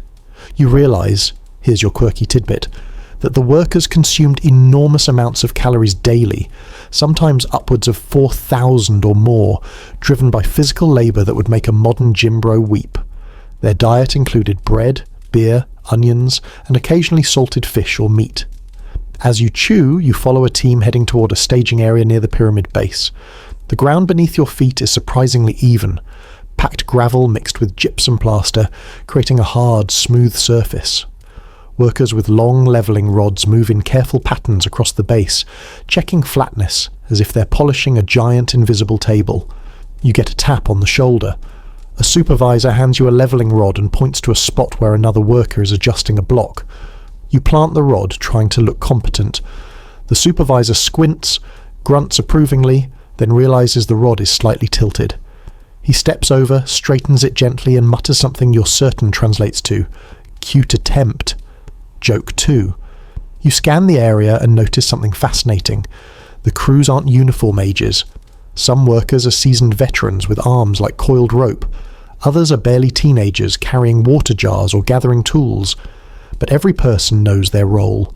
Even the kids move with the confidence of someone who's watched this process since childhood. A group of men chant in deep rhythm as they maneuver a block into final position. Their chant isn't random. It sets pace, regulates strain, unifies movement. You feel it resonate through the ground like a heartbeat. Nearby, a discussion grows heated between two overseers. They gesture sharply at a block's alignment and angle. You catch just enough from body language to recognise another scholarly debate showing up. Live. Historians still argue about the exact organisational hierarchy of pyramid construction crews. Some theories emphasise military-style command. Others propose a more communal, guild-like structure. Watching these overseers squabble like two dads trying to assemble furniture without reading instructions, you sense a mix of both. The younger overseer eventually throws up his hands in exasperation. The older one waves him off with that universal, "I've been doing this since before you were born" gesture. They compromise, adjust the block slightly and move on. The younger overseer glances your way, shakes his head, and with a smirk says something that definitely means he always does that. Joke 3. As you continue walking, you pass by a medical tent where a healer grinds herbs using a stone mortar. Inside, a worker with a twisted ankle sits on a low mat, getting treated with a mixture of honey, crushed willow bark and linen bandages, the ancient equivalent of an ice pack and a pep talk. The healer waves at you with stained fingers. You wave back, feeling grateful for your magically narratively protected legs. On the far side of the staging area, you watch as a group of fresh workers arrives. They carry bundles of reed sandals, copper chisels, and new ropes. A rhythmic drumbeat begins, signalling shift transition. You sense the shift too, a subtle increase in energy, as if the entire site inhales together. The outgoing crew slumps onto benches, stretching their backs. One man toes off his sandals and sighs dramatically, drawing laughs from the others. Another shrugs off a rope from his shoulder and drops onto the ground with a theatrical groan. They nudge each other, joke about who complained the loudest, and trade stories you can't understand but feel familiar anyway. About the guy who misjudged a ramp slope, or the woman who bartered for extra bread, or the overseer with absolutely no patience for crooked blocks. All around you, thousands of moving parts, legs, hands, tools, ropes, laughs, shouts, fit together like pieces of a single enormous machine. Every worker is a tooth in a gear, every team a turning wheel, every shift a rotation pushing the pyramid one layer higher. You take a long, slow breath, letting the sound wash over you. This is the human engine behind the impossible. This is the pulse of the pyramid, the real one. Not the stone, but the people. And as the new crew gathers ropes and prepares to lift the next block into place, you step forward with them, becoming one more gear in the ancient clockwork. You follow the newly rotated crew toward a large open workspace tucked against the rising face of the pyramid. The shift in atmosphere is immediate. The hauling chants fade behind you, replaced by clean tinks, taps and scrapes. Sounds sharper, more delicate, almost musical. It's like stepping backstage at a performance, where the stars aren't dancers but chisels, pounding stones and buckets of abrasive sand. A worker hands you a small copper chisel, its edge gleaming in the sun. You turn it over, surprised by how light it feels, almost fragile. You test the edge with your thumb, then immediately regret it. A craftsman nearby shakes his head with the exasperated fondness of someone watching a toddler lick an electrical outlet. Joke 1. He gestures for you to crouch beside him as he places a limestone block on a wooden brace. He taps the chisel lightly, rhythmically, shaving thin curls of stone from the surface. Up close, you notice how controlled the movements are. This isn't brute force. This is finesse, almost sculptural. The worker places the chisel precisely, taps, adjusts, taps again. Dust floats upward like pale incense. Here's your mainstream historical fact of this section. Despite popular myths, the Egyptians didn't use iron to shape pyramid blocks. They used copper chisels, sharpened constantly, and dolerite pounding stones, along with quartz sand as an abrasive. These simple tools, used with skill and patience, shaped millions of blocks with astonishing precision. Archaeologists have found workshops littered with sharpening stones, broken chisels, and fragments of pounding balls worn smooth from years of impact. The craftsman next to you motions for you to try. You strike once, and the chisel skitters off the surface, nearly flying out of your hand. The worker catches it mid-air with reflexes that make you suspect he's seen this exact mistake hundreds of times. Joke 2. He chuckles and repositions your grip again. Always gently, always patient. You strike a second time. It's better. Not good, but better. As you settle into the rhythm, you hear another sound behind you, a steady grinding, almost like someone sharpening a giant knife. You turn to find two workers dragging a slurry of wet sand back and forth across a block's face using a wooden frame. The abrasive quartz grains sparkle like tiny stars under the sun. They lean their weight into it, moving in long, sweeping strokes. The foreman points at the sand, taps his temple, then taps the stone. You get the message. This gritty, seemingly mundane material is the secret weapon. Mixed with water and dragged under pressure, the sand slices through stone like countless microscopic blades. You crouch beside them, run your fingers through the slurry, and feel how rough it is. A worker scoops a handful and playfully sprinkles it on your shoulder. You brush it off, but it clings, glittering like accidental ancient body shimmer. Joke 3. As you continue watching, you notice that every tool here, every chisel, stone, strap, and frame bears marks of constant use. Handles wrapped in linen, edges burnished from thousands of impacts. The tools look worn but not weary. They're loved. A worker near you stops his tapping and wipes sweat from his brow. He gestures for you to follow him to a different section of the workspace. Here, a group is shaping the underside of a block, an area that, once placed, no one will ever see. You raise an eyebrow. He nods firmly and points to the alignment lines scratched into the stone face. That's when it hits you with quiet force. The precision isn't just for show. It's functional. Every block must fit the next. Every edge matters. Every corner matters. Every surface, even the hidden ones, contributes to the stability of the whole structure. These workers aren't creating a giant pile of rocks. They're building a machine of stone. Then you notice something even stranger. One worker dips his chisel into a jar filled with something grey and grainy. He presses it against the stone, using the mixture to carve a straight line with scientific accuracy. You lean closer and catch the smell, powdered quartz mixed with fat or oil. Another quirky tidbit slides into place.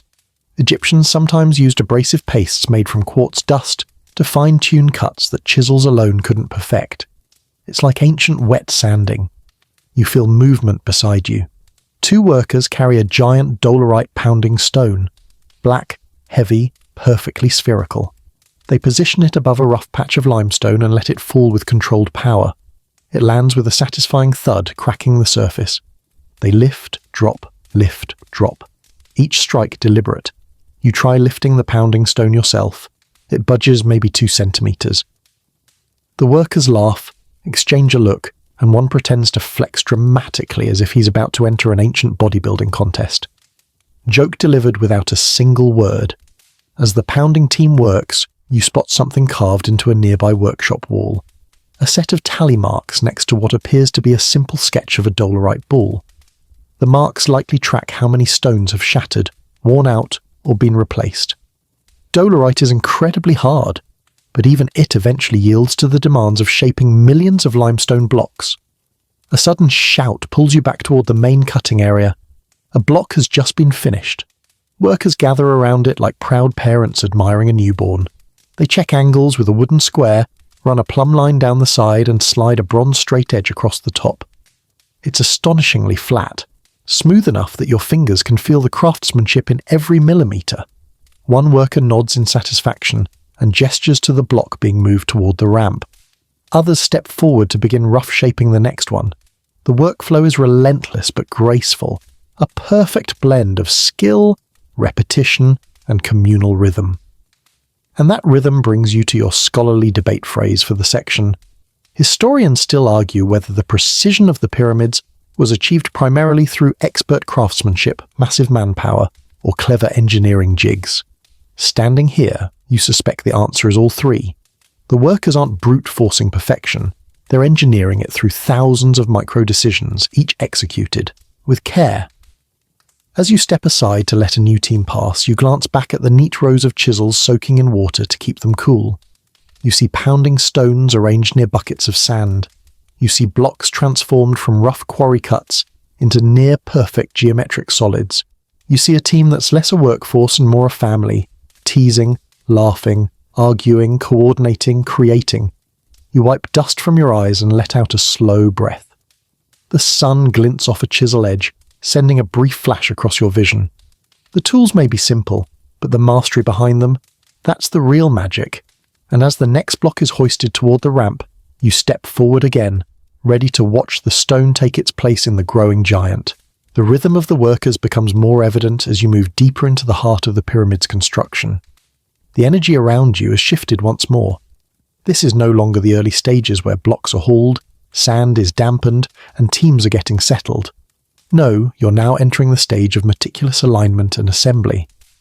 This part of the site hums with concentration, with hands focused on the finer details, things like placement, angles, and ensuring every stone, even the smallest, fits as if it were part of a living organism. You get the feeling that this is where the magic, in a way, truly happens. A worker beside you holds up a block, eyeing it carefully. It's a mid-sized limestone piece, worn smooth from the abrasives used earlier. The corner catches your attention. It's cut at a sharp, perfect angle. How? You ask, more to yourself than anyone in particular. The worker looks up, offers a tired smile, and gently taps the stone with his mallet as if to say, "It's not magic, just patience." This is where the finer tools come into play. Copper chisels, dolerite tools, and perhaps the most essential item here, the plumb line. You watch as another worker uses a simple cord with a weight at the end to check the vertical alignment of a block. The line swings with precision, and the block's angle is corrected ever so slightly, a mere fraction of an inch before it's placed. You can feel the precision in the air. It's as if this pyramid is not just being built, it's being woven into the fabric of the earth itself. Here's your mainstream historical fact for the section. The Egyptians didn't just rely on brute force to stack their stones. They had a system of simple yet incredibly effective tools. The plumb line, the leveling rod, and the square were used not only for measuring vertical and horizontal lines, but also for checking the quality of the cuts. Without these tools, the angles of the pyramid sides would have been too sharp or too soft, creating a massive structural failure. It's a testament to their engineering that, for all the grandeur, these seemingly simple tools were enough to keep things aligned with astonishing accuracy. As you watch the block being carefully slid into place, you marvel at how precise everything is. There are no gaps between stones, no visible seams, no wobbles, just one solid face meeting another with a perfect connection. It's like a puzzle, but this one doesn't just fit together for aesthetics. It fits together because the whole structure relies on each stone carrying its share of weight. A worker notices your gaze and gestures toward a large stone slab being pushed into the final position on the upper layer of the pyramid. You see another fine-tuned mechanism in action. Workers use wooden sledges to move the block over a series of rollers, the stone rotating gently as it's raised up the ramp. The whole thing seems impossibly simple, yet you understand. It's been repeated thousands of times, each time with a precise amount of force, in perfect coordination with others.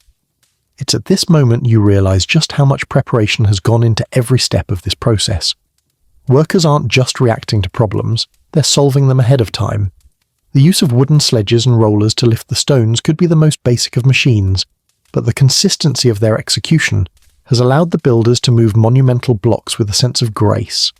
The combination of leverage, human effort, and clever engineering is what makes this feat not only possible, but inevitable. And it makes you think about the scholarly debates surrounding the construction techniques. Historians still argue about the scale of manpower needed to build these incredible structures. Some believe that vast, organised labour camps of thousands of workers were required, while others propose that a more intricate system of smaller, specialised crews managed each aspect of the build. Watching this level of precision, it's hard to believe it was just a chaotic swarm of workers.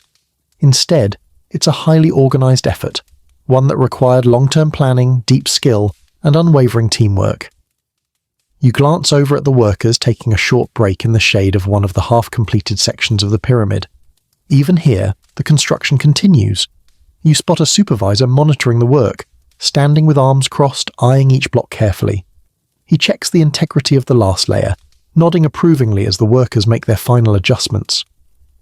You can't help but wonder how often they would take a step back to look at the pyramid from a distance to admire their progress. No one would have dared to doubt the pyramid's grand purpose, even when it was still just an incomplete framework. As you observe, you hear a sudden shift in the noise around you. Workers at the base begin preparing for the next stage, moving the final stones into place at the uppermost levels. You realise that the process has reached a critical point, the moment when this massive pile of stone will begin to resemble a completed structure, a monument meant to stand the test of time. You approach one of the smaller blocks being prepared to be raised. Workers adjust its position carefully before starting the ascent. It's a delicate operation. Despite the size and weight of the block, it must be raised with the utmost care to ensure no damage. As they raise it, you see how finely tuned their communication is. There's no shouting, no frantic motions, just calm, focused commands exchanged between the overseers, the pullers and the guides, all operating in unison. It's awe-inspiring to witness. The stone rises steadily, inch by inch, a testament to the craft and patience of the workers.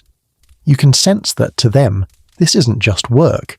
It's devotion, a slow yet deliberate act of creation. And you understand, finally, that the true nature of this construction wasn't simply about moving blocks from point A to point B. It was about aligning them perfectly, not just with the pyramid, but with the stars. As the block reaches its destination at the top of the ramp, it's set into place with a light thud, a small, perfect click into the puzzle of the pyramid. The workers step back, wiping sweat from their brows, but you can see the pride in their eyes. They know this is more than just labour. It's an achievement that will be remembered for millennia. You stand beside them for a moment, breathing in the cool desert air. The pyramid stands taller now, its layers beginning to rise against the sky. The sight fills you with a sense of quiet awe, as if you've just witnessed the birth of something eternal, a testament to the ingenuity, skill and faith of the people who built it. You catch your breath, step back, and allow yourself to feel what they must have felt, the quiet satisfaction of a day's work well done, a part of something much larger than yourself. The heat of the day seems to dissipate slightly as the shadows lengthen across the plateau. The rhythm of work doesn't change, though. The intensity remains unwavering, even as the sun begins its descent. You can see the shift in the air. A tiredness lingers, but it's not the defeated kind. It's the tiredness of having built something monumental, something that won't just fade away in a generation. These workers, their shoulders heavy with the day's labour, are part of something that will outlast them by millennia.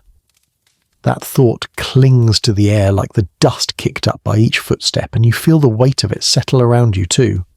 Looking up at the rising pyramid, you begin to realise that this isn't just about stacking blocks. It's about creating something that mirrors the heavens. The blocks themselves may be earthly, made of limestone and granite, but they're part of a grand design that ties this world to the stars. You see it now in the precise angles, the way the light plays off the newly placed blocks, casting sharp shadows that seem to mimic celestial alignments. The Great Pyramid isn't just an architectural feat, it's a spiritual monument, its form intended to reflect the divine order. This realization suddenly makes the whole process feel even more significant. The workers, though tired, move with a renewed purpose.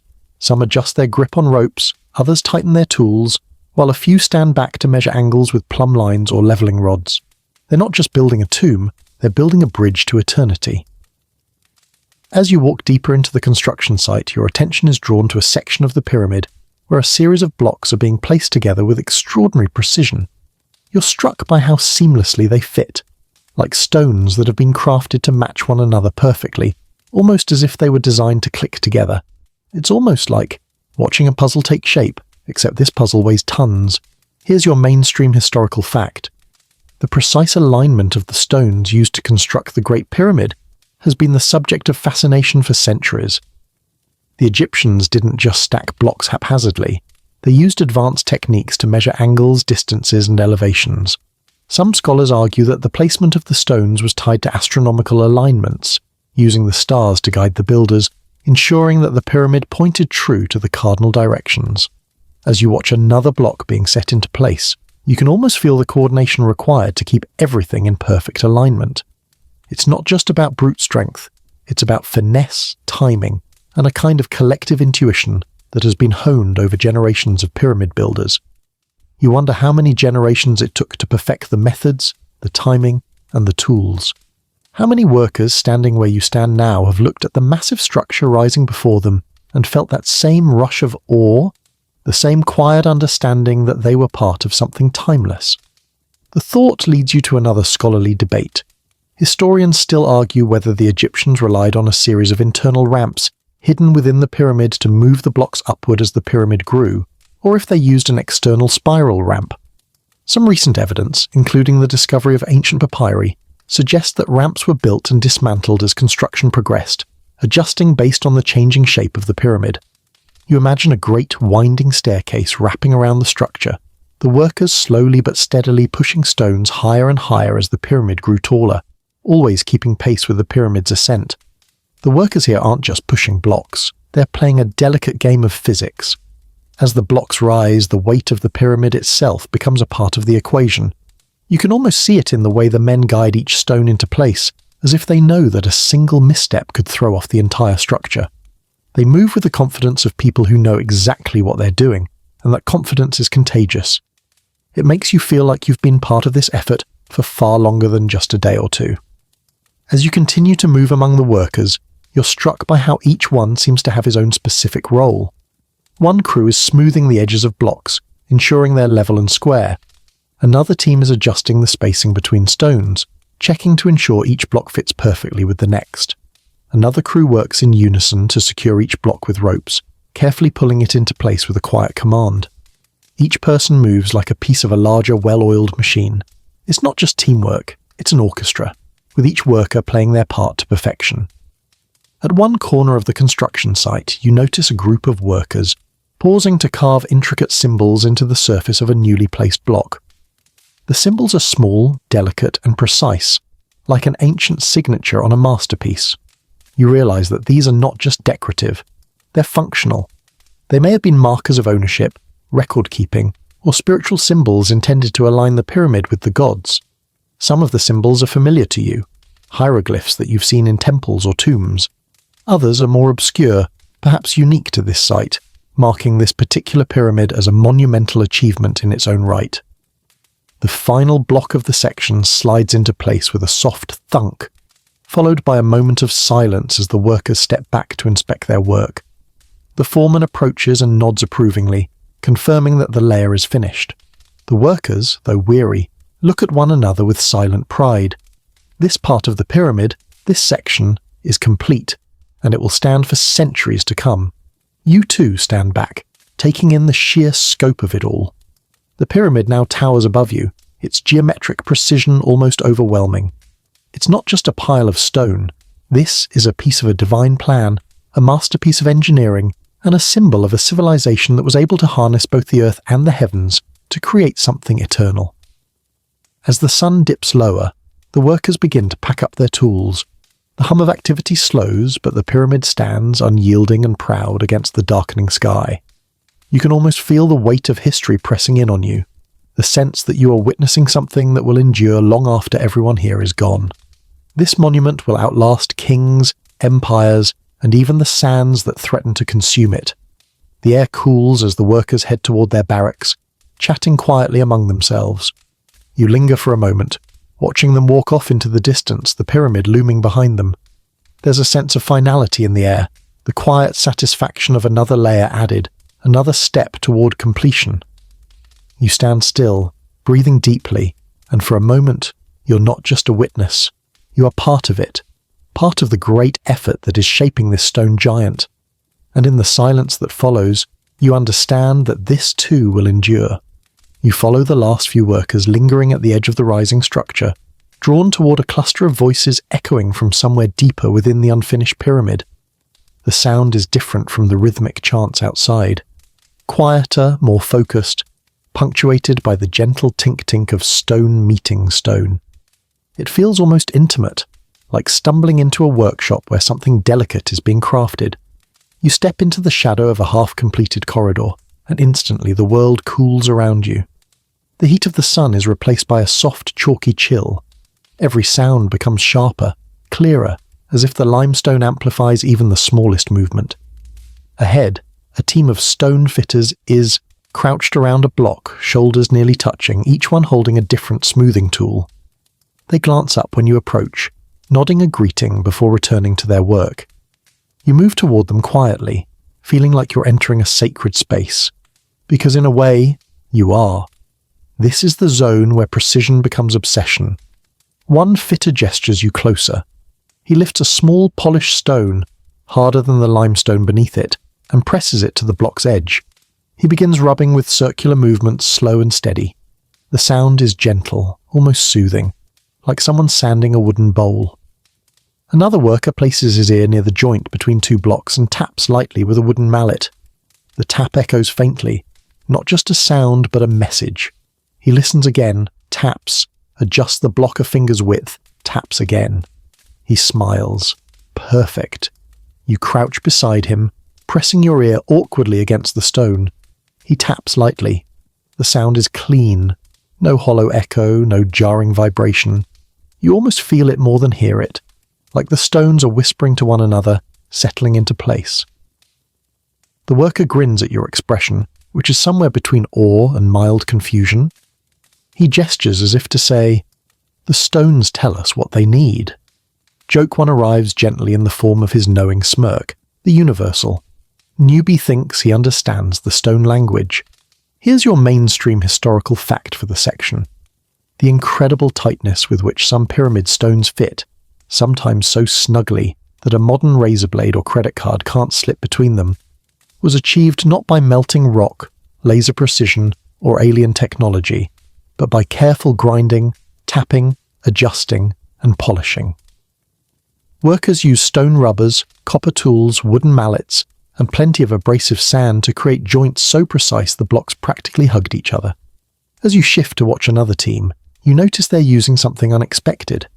A worker pours a fine line of powdered material, quartz dust, along a seam. He wets it lightly, then uses a smooth, flat rubbing stone to work the slurry into the joint. Slowly the gap disappears. It's like watching ancient grout work done with the patience of monks. A quirky tidbit slides into your mind. Archaeologists have found evidence that workers sometimes coloured or marked the edges of blocks with pigments to track alignment or identify which blocks were meant to fit together. A kind of proto-jigsaw labelling system. A worker proves the point by lifting a block slightly, revealing a small red symbol on the underside that looks like a backwards fish wearing a hat. You blink. The worker shrugs as if to say, "Yeah, we get creative." You sit beside them on the cool stone floor, feeling the gritty limestone dust cling to your legs. The workers chat softly, teasing each other as they pass tools back and forth. One begins humming, a slow, resonant tune that echoes off the unfinished. Walls, another joins in, then another. Soon the corridor fills with a gentle chorus, not a chant of effort, but a melody of patience.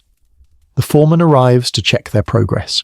He runs his hand along the joint between two massive blocks, feeling the surface with the same care a jeweler gives to a gemstone.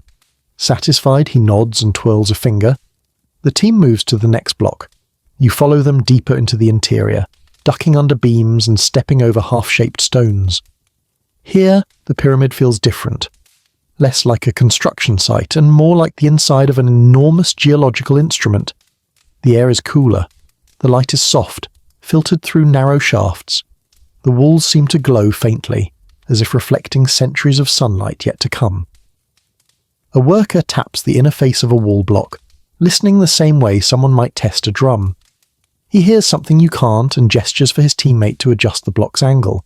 They shift it by what looks like a single grain of sand. Tap, tap, adjust, tap. Perfect. You lean against the opposite wall, gently, marvelling at the smoothness of the fitted stones. They're not identical, they're not machine-cut. Each block is unique, shaped to meet its neighbours, like pieces of a stone mosaic. The workers seem to know instinctively where each block belongs, guided by marks, memory, and a kind of communal intuition. This sparks your scholarly debate for the section. Historians still argue whether the most precise interior joints were shaped entirely in place by fitting the stones on site, or pre-shaped in workshops and then fine-tuned during placement. Standing here, watching the workers rub, listen, tap, adjust, repeat, you suspect the real answer is a blend. Rough shape at the quarry, precise fit in the pyramid's heart. A loud scrape behind you sends a puff of chalky dust into the air. A worker nearby has just dragged a heavy smoothing stone across a block to eliminate a tiny lip. Another worker picks up a reed brush and sweeps the powdered limestone into a pile. Then, grinning mischievously, he flicks a bit of dust at your shoulder. Joke 2. You retaliate with a gentle flick of your own, and instantly 3 workers gasp dramatically like you've challenged someone to a duel. Their over-the-top shock makes everyone laugh. Joke 3 lands beautifully. The laughter fades into soft focus as you watch the team set another block. They do it slowly, reverently. A few taps, a few shuffles, a moment of stillness. Then the block sinks into its perfect place with a sound so delicate you almost miss it. A tiny whisper of stone meeting stone, forming a joint so tight it feels unbreakable. You realize something profound as you watch this process unfold. This isn't brute labor. This is craftsmanship. Equal parts skill, patience, and listening. The stones aren't just being placed, they're being persuaded. And as you follow the workers out of the cool corridor and into the sunlight, again you can still feel the echo of those perfect taps vibrating softly in your bones. You step out of the narrow, dust-filled corridor and into a larger cavity within the pyramid's rising body. A chamber that feels different from the workspaces outside. The air here hangs heavy and still, as if it's been sitting undisturbed for thousands of years, even though it's being carved right now in front of your eyes.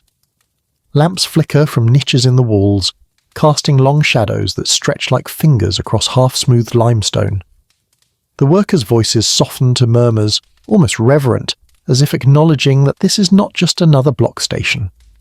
This is one of the inner chambers, one of those iconic spaces that future generations will argue endlessly about. A foreman motions you inside, lifting a lamp to illuminate the space. The chamber is tall, much taller than you expected, with a ceiling formed from great stone beams leaning inward like the ribs of some colossal fossil. It feels ancient and sacred, even though the dust is fresh and the air is tinged with the scent of sweating bodies, warm oil, and powdered stone. You glance upward, squinting at the stacked ceiling beams, and your mainstream historical fact comes into focus. The Great Pyramid's internal chambers, like the King's Chamber and the so-called Queen's Chamber, were constructed with massive granite beams hauled from Aswan, hundreds of kilometers away. Some of these beams weigh more than 50 or even 70 tons, and while scholars agree they were floated up the Nile during the high floods, the exact method of lifting and setting them inside remains a major mystery. You look at the height again and think, yeah, mystery feels like an understatement. A team of workers chisels near one wall, smoothing the joints where the granite meets the limestone. The sound is deep, resonant, different from the lighter taps outside. Granite isn't forgiving, it bites back. You see workers using pounders made of dolerite, raising them above their shoulders and bringing them down with a force that sends little shivers across the chamber. One worker nods at you and gestures to a dolerite ball, inviting you to try. You step forward, grip it with both hands and lift. Or rather, you attempt to lift. The stone barely moves, and the worker gives you a grin that clearly translates to, "Bless your gentle scribe arms." Joke 1. You wipe your palms on your kilt, inhaling the dusty air, and admit defeat. The worker laughs, but pats your shoulder encouragingly. As your eyes adjust further, you notice strange narrow spaces above the chamber, slots, gaps, tiny crawl-like passages between the ceiling beams. They look almost accidental, like someone forgot to finish the construction. The foreman notices your interest and waves his lamp upward. He points, taps his forehead, and then gestures toward the ceiling beams again. You understand, these aren't mistakes, they're intentional.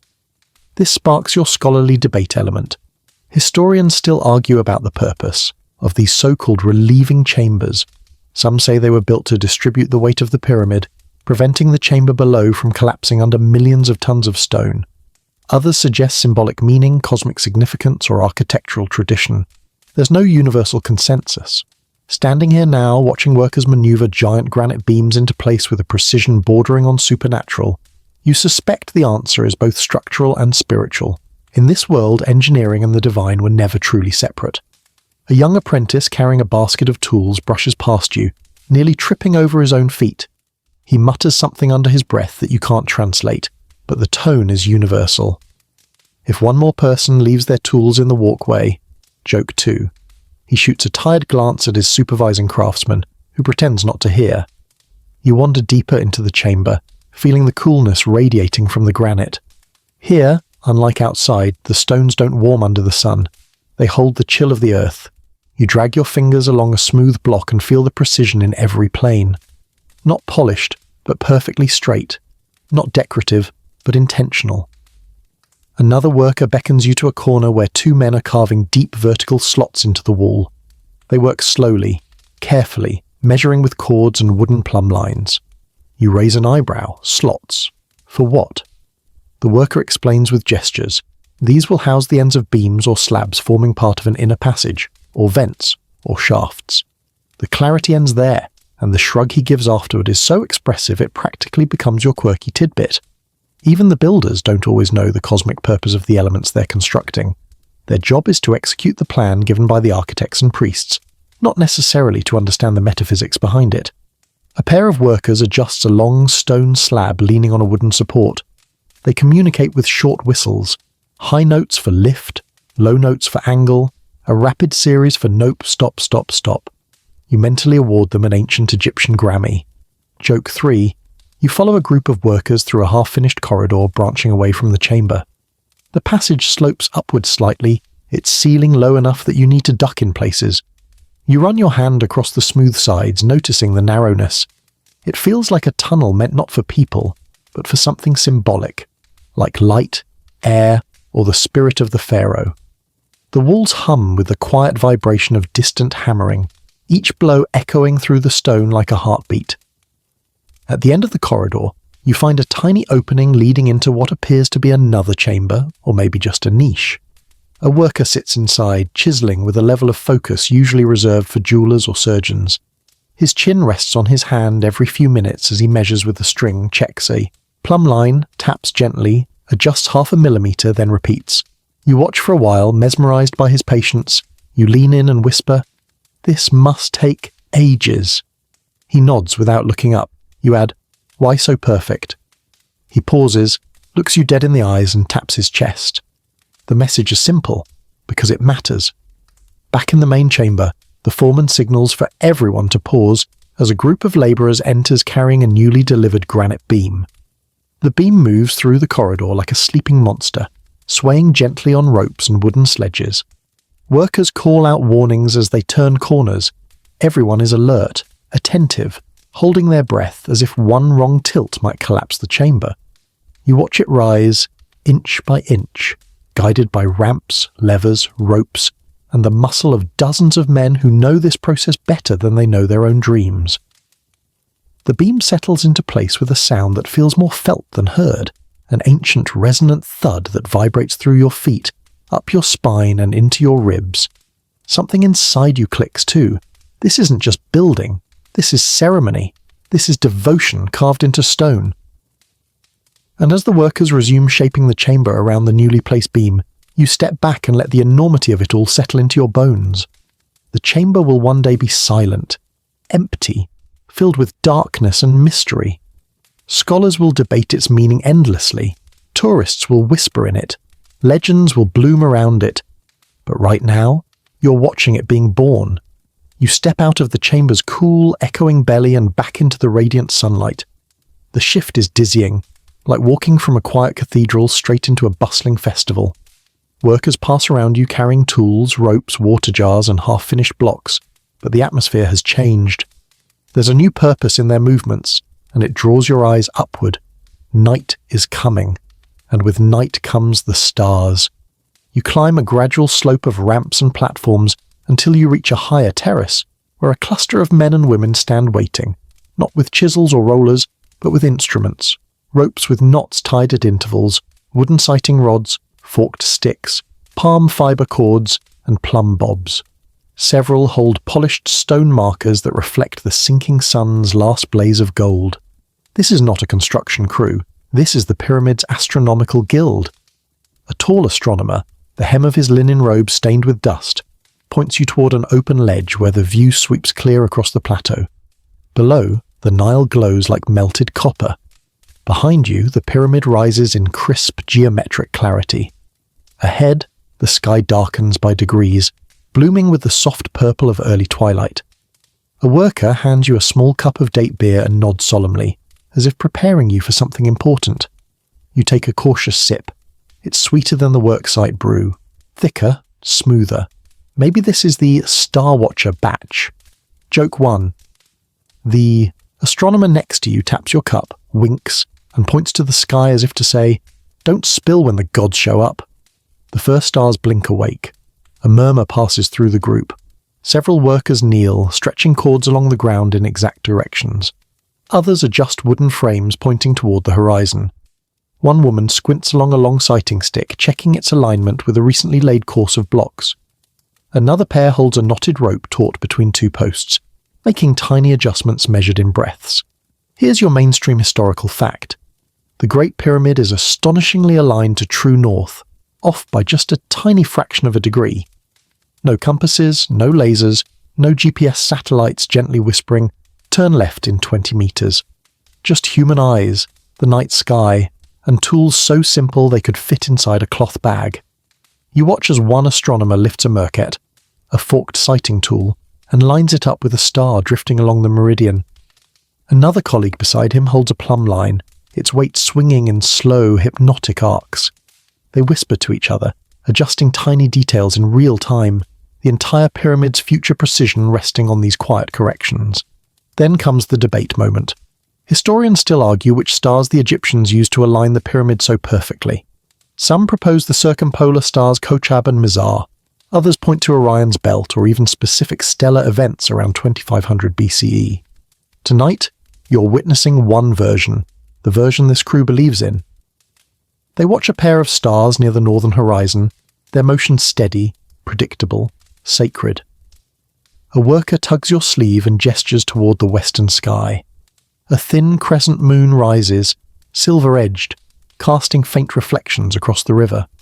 The worker traces an arc with his hand, showing how lunar phases help mark timing for certain construction stages, especially those guided by priests who believe the moon's cycle influences the spiritual heartbeat of the growing pyramid.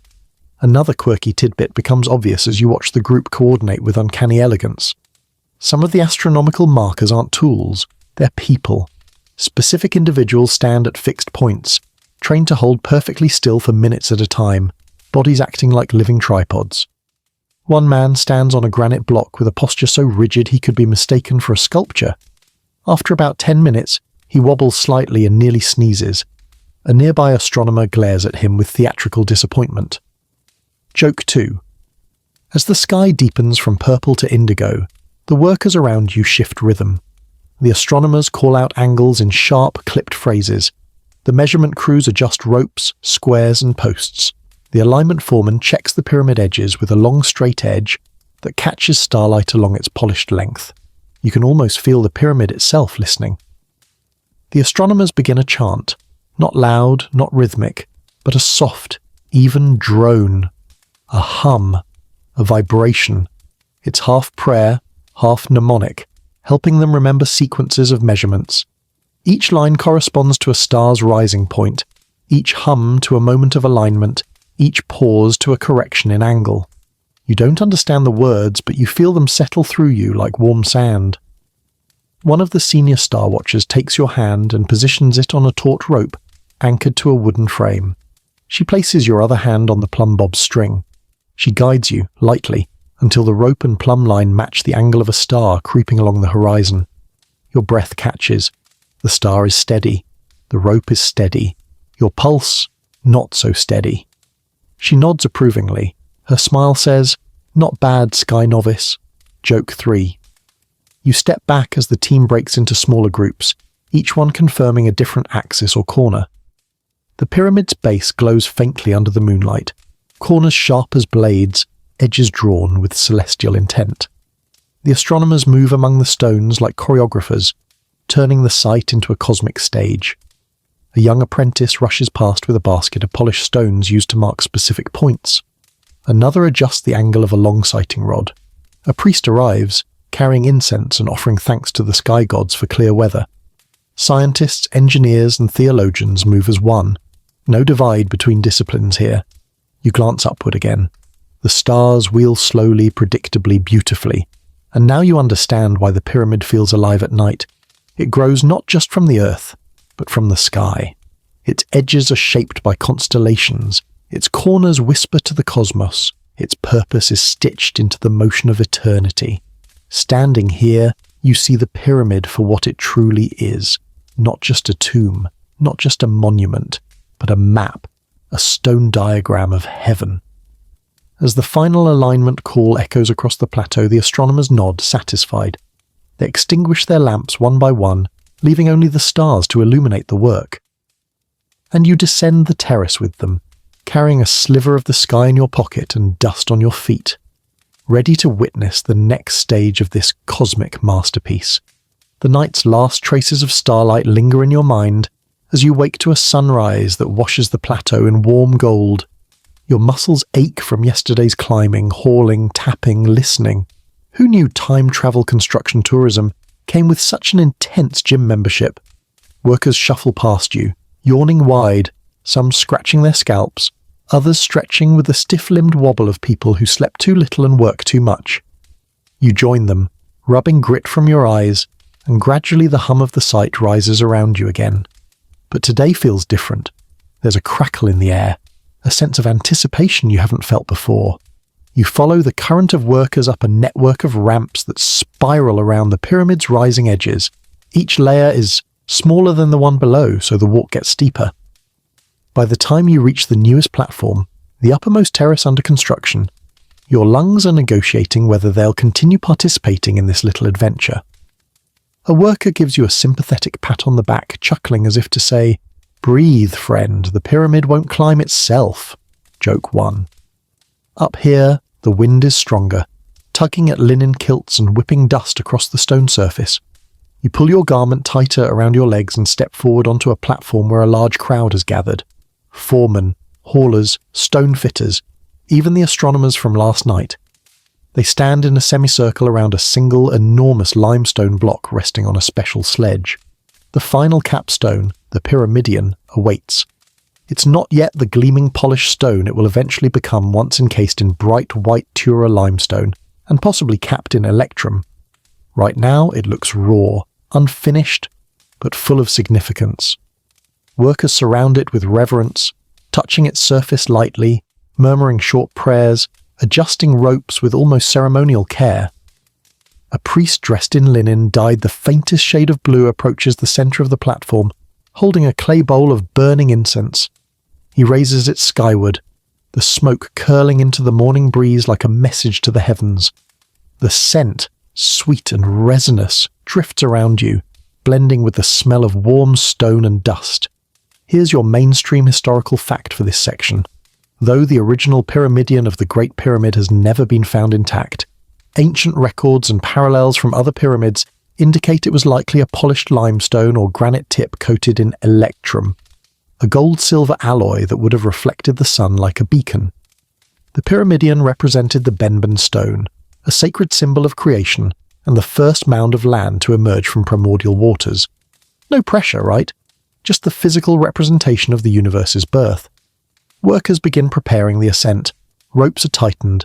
Teams position themselves at different angles. Wooden rollers are placed strategically along a narrow final ramp. The capstone weighs less than many of the giant blocks below, but its placement is symbolically the heaviest moment of construction. You catch the eye of a young apprentice balancing a coil of rope on his shoulder. He grins nervously and whispers something that roughly translates to, Try not to sneeze, this is important. Joke 2, a commanding voice rings out. The crowd quiets, the foreman signals, the hauling begins. You join one of the rope teams, because at this point you're basically a part-time ancient Egyptian union member, and lean your weight into the cord. Around you, dozens do the same. The capstan shifts. Inch by inch, it creeps upward toward the peak. The ramp grows steeper. Workers at the top guide the block, adjusting its angle with wooden levers. The wind whistles around the edges of the pyramid, threatening to tug the ropes from sweaty palms. Someone slips, recovers, keeps pulling. Another worker shouts a chant, and the entire team answers in unison, voices rising in a steady, powerful rhythm. Then you notice something surprising. Astronomers are present not just for ceremony, but for alignment. One raises a sighting tool to check that the capstone will sit perfectly on axis. Another checks the shadow of a plumb line. The priest murmurs blessings. Even the stone fitters, arms crossed, evaluate the final moments with intense focus. This sparks your scholarly debate phrase. Historians still argue whether the pyramidion was set with astronomical precision, symbolic placement, or simple architectural alignment. Standing here, watching experts from different fields collaborate like a masterclass in prehistoric project management, you suspect it was all three. The capstone rises the final meter. Workers brace themselves. The foreman shouts a command and the team freezes, every body rigid, ropes taut. The block hangs suspended above its final resting place, swaying slightly. Another command. The ropes loosen slowly. The block descends. There's no dramatic slam, no cinematic thud. Instead, the stone settles with a soft, almost shy kiss of contact, stone meeting stone in the most anticipated handshake of the ancient world. Silence. Absolute silence. Everyone holds their breath. Then the priest steps forward, presses his palm to the capstone and whispers a blessing meant only for the gods. A roar erupts. Workers cheer, shout, laugh, raise their tools in triumph. Someone grabs you around the shoulders and shakes you in celebration. Another tosses a scrap of bread into the air. Someone else sits down and immediately starts crying, not out of sadness, but relief and joy and exhaustion. The capstone is in place. You look out over the horizon from this dizzying height. The Nile gleams like a living thread. The workers' village bustles far below. The sun climbs higher, striking the newly placed stone so brightly you have to squint. A worker next to you grins, slaps your back, and jokingly says something to the effect of, "Well, we're done. Want to help with the next pyramid?" Joke 3.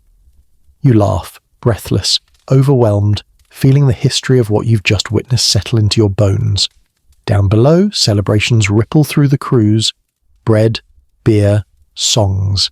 An entire city rejoicing in the successful birth of a monument that will outlast them all. And as the wind tugs gently at your clothes and the capstone gleams beside you, you realize you've reached the moment this entire journey has been building toward. The summit is complete. The mountain of man has touched the sky, but your journey, it's far from over. The celebration around the capstone lingers in your ears even as you descend from the pyramid summit, stepping carefully along narrow ledges designed more for confident workers than wide-eyed time travelers with questionable balance. The wind whistles against the limestone as you make your way down, carrying with it the faint echoes of cheering crews and the low hum of ritual chants rising from the terraces. The pyramid has reached its height, but its radiance, that's still to come. Once you're back on more forgiving ground, you're swept along with a fresh wave of activity. Workers hurry toward giant staging areas piled high with pale, shimmering stones. Tura limestone, the finest casing material in all of Egypt. In the low morning sun, they seem to glow from within, as if someone packed moonlight into each block. A worker catches your awestruck expression and smirks, tapping his chest with pride. He's from the quarry where these stones were cut. Joke 1, he mimes shining his own muscles as if he personally polished every block with nothing but elbow grease and confidence. You trail his crew as they prepare a casing block for installation. Unlike the rough limestone used deeper inside the pyramid, these outer stones are smooth, angled and uniform, crafted to create that iconic sloped surface that once gleamed brighter than a desert sunrise. You run your fingers along a block's face. It's buttery smooth, almost silky, dustless compared to the inner stones. Here comes your mainstream historical fact. The Great Pyramid was originally covered in casing stone so bright and polished that ancient authors said it shone like a jewel sitting on the earth, reflecting sunlight for miles. Its surface would have appeared almost white gold under the sun, nothing like the weathered core blocks we see today. Workers shout for more water and sand. Teams begin sanding the stones further, dragging boards lined with abrasives across their faces, working in long rhythmic sweeps. You join in, grabbing one edge of a sanding board and pushing with the others. The board glides, grinds, and scratches softly, leaving behind an even smoother sheen. After a few passes, you're panting, arms trembling. The worker beside you laughs and says something that definitely translates to "good try, soft hands." Joke 2. Once the casing stone meets their standards, workers attach ropes and wooden clamps to hoist it up the ramp. You follow, marvelling at how different this stage feels from the earlier hauling. These stones aren't just heavy, they're precious. The crews handle them with almost ceremonial care. The foreman for the casing crew walks with stiff-backed precision, radiating "don't you even think about chipping that edge" energy. At the base of the pyramid slope, you pause to examine one of the installed casing stones. It sits perfectly aligned, edges crisp, angle flawless. The workers run fingers across the joints so tight you couldn't slide a reed blade into them. You realize something. These outer stones weren't just pretty. They locked the pyramid's structure, distributing weight evenly so the monument wouldn't sag or collapse. A nearby worker gestures for you to help guide another casing block into position. You brace yourself alongside 3 others as they lever the stone forward with long wooden poles. The edge glides into place with a whisper. Not a scrape, not a crunch, but a whisper. One worker taps the stone lightly. The sound travels like a note struck on a massive instrument. He listens for resonance, nods, and calls out a signal. Another quirky tidbit arrives as you notice the faint shimmer along the block's surface. Some scholars believe that when freshly polished, the casing stones could reflect the sun intensely enough to create dazzling flashes across the desert. There are even ancient stories claiming the pyramid was a mountain of light.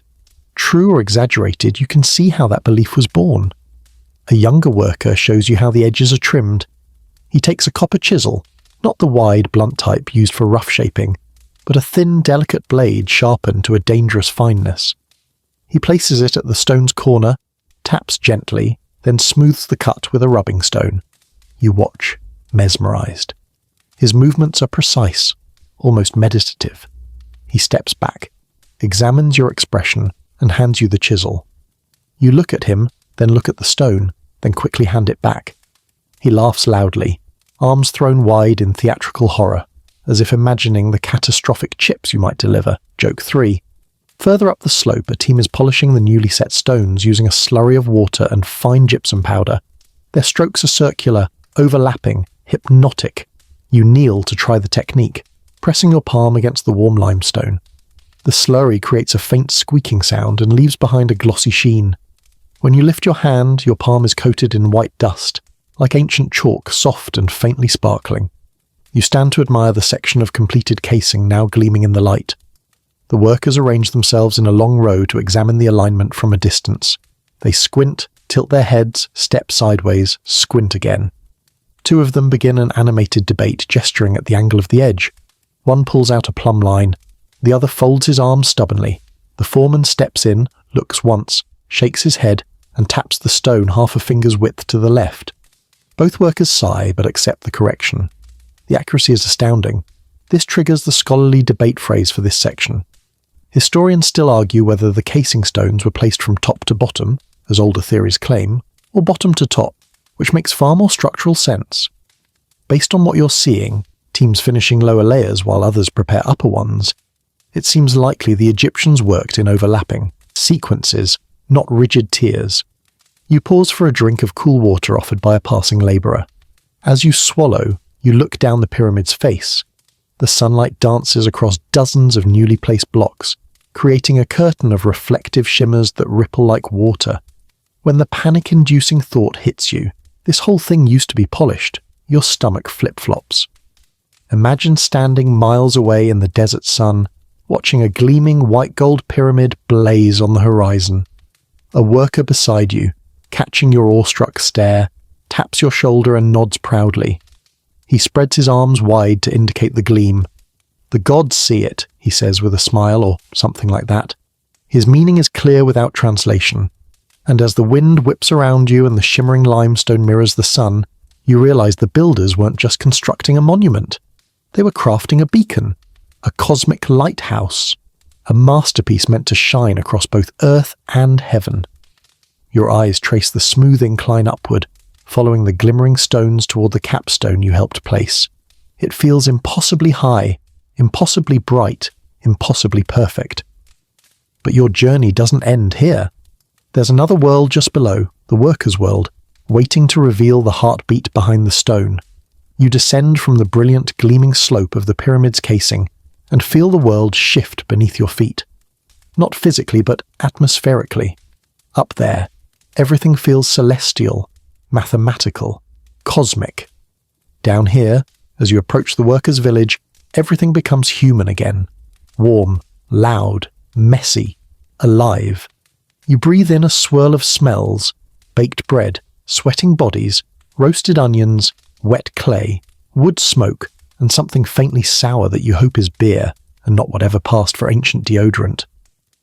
The village spreads across the desert floor like an organized sprawl of mud brick homes, long barracks, storage sheds, bakeries, breweries, and open courtyards. It looks strangely modern, in a primitive way. Grids, lanes, clusters of specialized buildings. People bustle everywhere. Children chase goats, women carry baskets, men haul tools. A dog trots past you with the confidence of someone who has definitely stolen food recently. A wiry worker notices you hesitating at the edge of the settlement. He grins, waves you in, and pats his stomach. "Eat," he says, or something close to it. Joke 1. You follow him toward a communal eating area, ducking under a reed canopy where several workers gather around a low table piled with bread, dried fish, dates, garlic, and jugs of frothy beer. Here's your mainstream historical fact. Excavations at the Giza workers' village uncovered bakeries, breweries, and mass-production kitchens capable of feeding thousands every day. Workers weren't starving slaves. They were fed high-calorie diets rich in carbs, proteins, and minerals. One archaeologist even called it the best-fed labor force of the ancient world. You sit on a woven mat, legs folded awkwardly, and accept a hunk of bread. It's dense enough to qualify as a small building material, but surprisingly flavorful. You wash it down with beer, thick, tangy, gritty. The same worker who invited you gestures proudly at the food and points toward the pyramid. His meaning is clear. Food builds that. Around you, conversations ripple through the crowd, teasing, gossiping, complaining, laughing. You catch snippets of camaraderie that feel timeless. Someone's annoyed that their sandals wore out too fast. Someone else is bragging about hauling more blocks than his brother. Two young workers argue over who has the better chisel technique. A woman nearby rolls her eyes at all of them with the universal expression of "men are exhausting even 4,500 years ago." A baker walks by carrying an enormous tray of fresh loaves. Several workers cheer. One tries, and fails, to snag a loaf mid-air as a joke. The baker swats his hand, muttering something that sounds like, "Try that again and lose a finger." Joke 2. You follow your guide deeper into the village. Rows of long dormitory-style buildings stretch ahead. Mud brick walls, wooden beams, reed roofs. Each one houses dozens of workers who sleep side by side on mats, stuffed with linen scraps or dried grass. Inside, the air is warm and filled with the mixed scent of sweat and smoke. Some workers doze between shifts. Others clean tools, sharpen chisels, or massage saw muscles with oil. A group of carpenters sits in a courtyard carving new tool handles. They wave you over, handing you a half-finished mallet. When you try to swing it playfully, it slips from your sweaty grip and nearly takes out someone's water jug. The carpenters howl with laughter, joke 3, and one retrieves the mallet, shaking his head as if thinking, "Stick to watching, scribe hands." A medical tent near the centre of the settlement draws your attention. Inside, a healer tends to a man with a badly sprained ankle. She wraps it in linen soaked in honey and crushed herbs, murmuring soothing words. On another mat lies a worker having his shoulder massaged with warm oil. You spot jars filled with ingredients: juniper berries, willow bark, salt, natron. One jar contains something suspiciously squishy. You decide not to ask. Another quirky tidbit surfaces as you examine the healer's tools. Egyptians were excellent medics. They performed basic surgery, treated fractures, and had written medical texts listing remedies for everything from bruises to stomach aches. Workers here weren't disposable. They were cared for. Outside, the social life of the workers unfolds like a living tapestry. A group of children imitates the adults, dragging tiny wooden blocks tied with string. One kid shouts, "Pull! Pull!" Another corrects him with a stern, tiny voice. "No, use water first." You chuckle, imagining a miniature training program for future pyramid builders. Further, down the lane, musicians gather, flutes, drums, rattles. One man plays a simple tune while others clap along. Dancers kick up dust in a small circle. A few workers join in, their feet moving with surprising agility despite the day's aches. You're dragged in too, whether willingly or not remains debatable, and try to mimic their steps. You almost twist an ankle. A drummer doubles over laughing. You bow theatrically. They cheer anyway. One worker taps your shoulder and beckons you behind a row of storage shelters. Here, a group is engaged in a spirited debate, gesturing wildly at a clay tablet showing a sketch of the pyramid. You listen, intrigued. They argue about which crew has the toughest job. The haulers insist they face the most danger. The stone fitters argue their precision requires genius. The ramp builders claim their infrastructure holds the entire project together. They spot you listening and demand your opinion. You stumble through an answer like, "You're all very talented." They stare, then burst into laughter. "Politician answer," one says. "Joke for, but we'll count it as commentary, not an extra." As the afternoon heat swells, you find shade beside a woman weaving baskets. She works fast, fingers moving with the grace of someone who's repeated these motions thousands of times. She hands you a half-finished basket and motions for you to try weaving. You fumble, spectacularly. She pats your head like a confused puppy. You're sensing a theme here. A loud horn sounds across the village. Workers look up, stretch, gather their tools. The next shift is about to begin. Even the kids pause their play. The musicians set aside their drums. The bakers load up delivery baskets. The doctor sets aside her herbs. Life here moves with the pyramid's heartbeat, every schedule tied to its growth, every effort feeding into its ascent. As the workers file back toward the site, you stand at the village's edge for a moment, watching the dust trail behind them.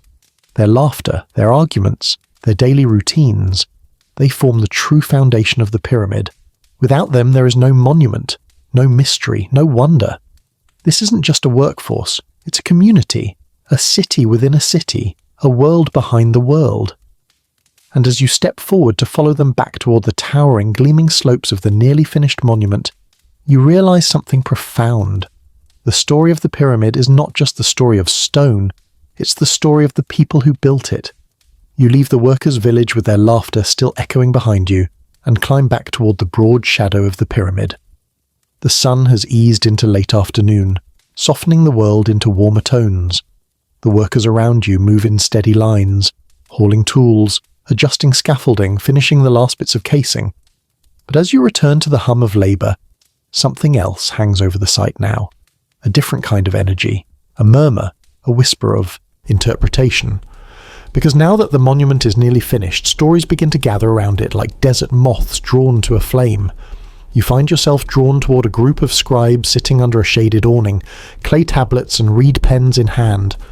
They're not documenting stone deliveries or worker rotations today. They're debating, animatedly, about what this pyramid will mean. One scribe catches sight of you and waves you over, patting a spot beside him. You kneel down, and the warm dust cushions your knees like a heated blanket. The scribe leans in and whispers conspiratorially, "Prepare to hear more opinions than there are grains of sand." Joke 1. The scribes gesture at the pyramid and begin listing interpretations. A cosmic map, a resurrection engine, a royal mountain, a giant stairway to the heavens, a symbol of eternal rule. Some interpretations you've heard, others sound like imaginative first drafts. One scribe argues passionately that the pyramid's internal shafts channel the pharaoh's soul toward specific stars. Another claims the pyramid's form mirrors the Benben, the primordial mound. A third insists that every measurement hides sacred mathematics. And here's your mainstream historical fact. Even in antiquity, Egyptians debated the deeper meanings of their monuments. Their religious and architectural symbolism overlapped in complex ways, producing multiple layers of meaning: cosmic, ritualistic, political, and practical. The pyramid was not one idea. It was many ideas woven into one form. Just as the scribes reach a consensus on absolutely nothing, a group of foreign traders strolls past, Levantine merchants with bright garments and amused expressions. One points at the pyramid, laughs, and says something in his own language that clearly means, "Humans didn't build that." The Egyptian scribes collectively groan at the audacity. Joke 2, you grin. Some debates, it seems, are eternal. You wander away toward a scaffolding where artisans carve decorative elements for nearby temples. They're chiseling tiny hieroglyphs with careful strokes. One artisan beckons you over and points to a symbol, a stylized star, explaining that visitors from distant lands already claim the pyramid has magical origins. Magic? He snorts, tapping his calloused hands. These are the only magic here. And that leads you straight into your quirky tidbit. Ancient Greek historians famously spread embellished stories about pyramid construction centuries later. Some claimed giant ramps stretching miles into the desert. Others proposed machines that lifted blocks using pulleys and cranes, far more advanced than Egypt actually used. A few even suggested mythical involvement, divine help, or lost technologies. These tales stuck and snowballed into the grand myths we still hear today. You climb higher onto the scaffolding, the wind buffeting your linen kilt as you balance carefully and not gracefully. From this vantage, you can see groups of workers miming exaggerated hand gestures at a Greek visitor trying to sketch the pyramid. They point at the stones, flex muscles, pantomime lifting, and then dramatically fan themselves from exhaustion to prove the point. We did this. Us. The Greek nods politely, clearly unconvinced. Joke 3. You hop down and wander toward a shaded rest area where a priest sits cross-legged, drawing symbols in the sand. Curiosity pulls you closer. He draws a simple triangle, then another, pointing to the angles. His explanation pours out in a soft voice.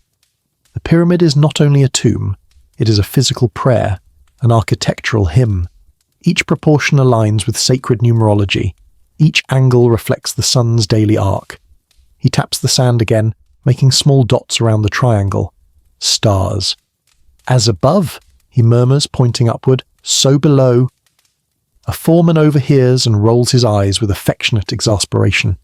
He points at the pyramid, traces a big rectangle around it, and then pantomimes hauling massive blocks under the sun for months.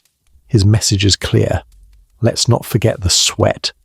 The priest shakes his head indulgently as if thinking, "You understand the body, not the soul?" Their friendly bickering paints a perfect picture of how myths and interpretations collide, practical and divine, earthly and celestial.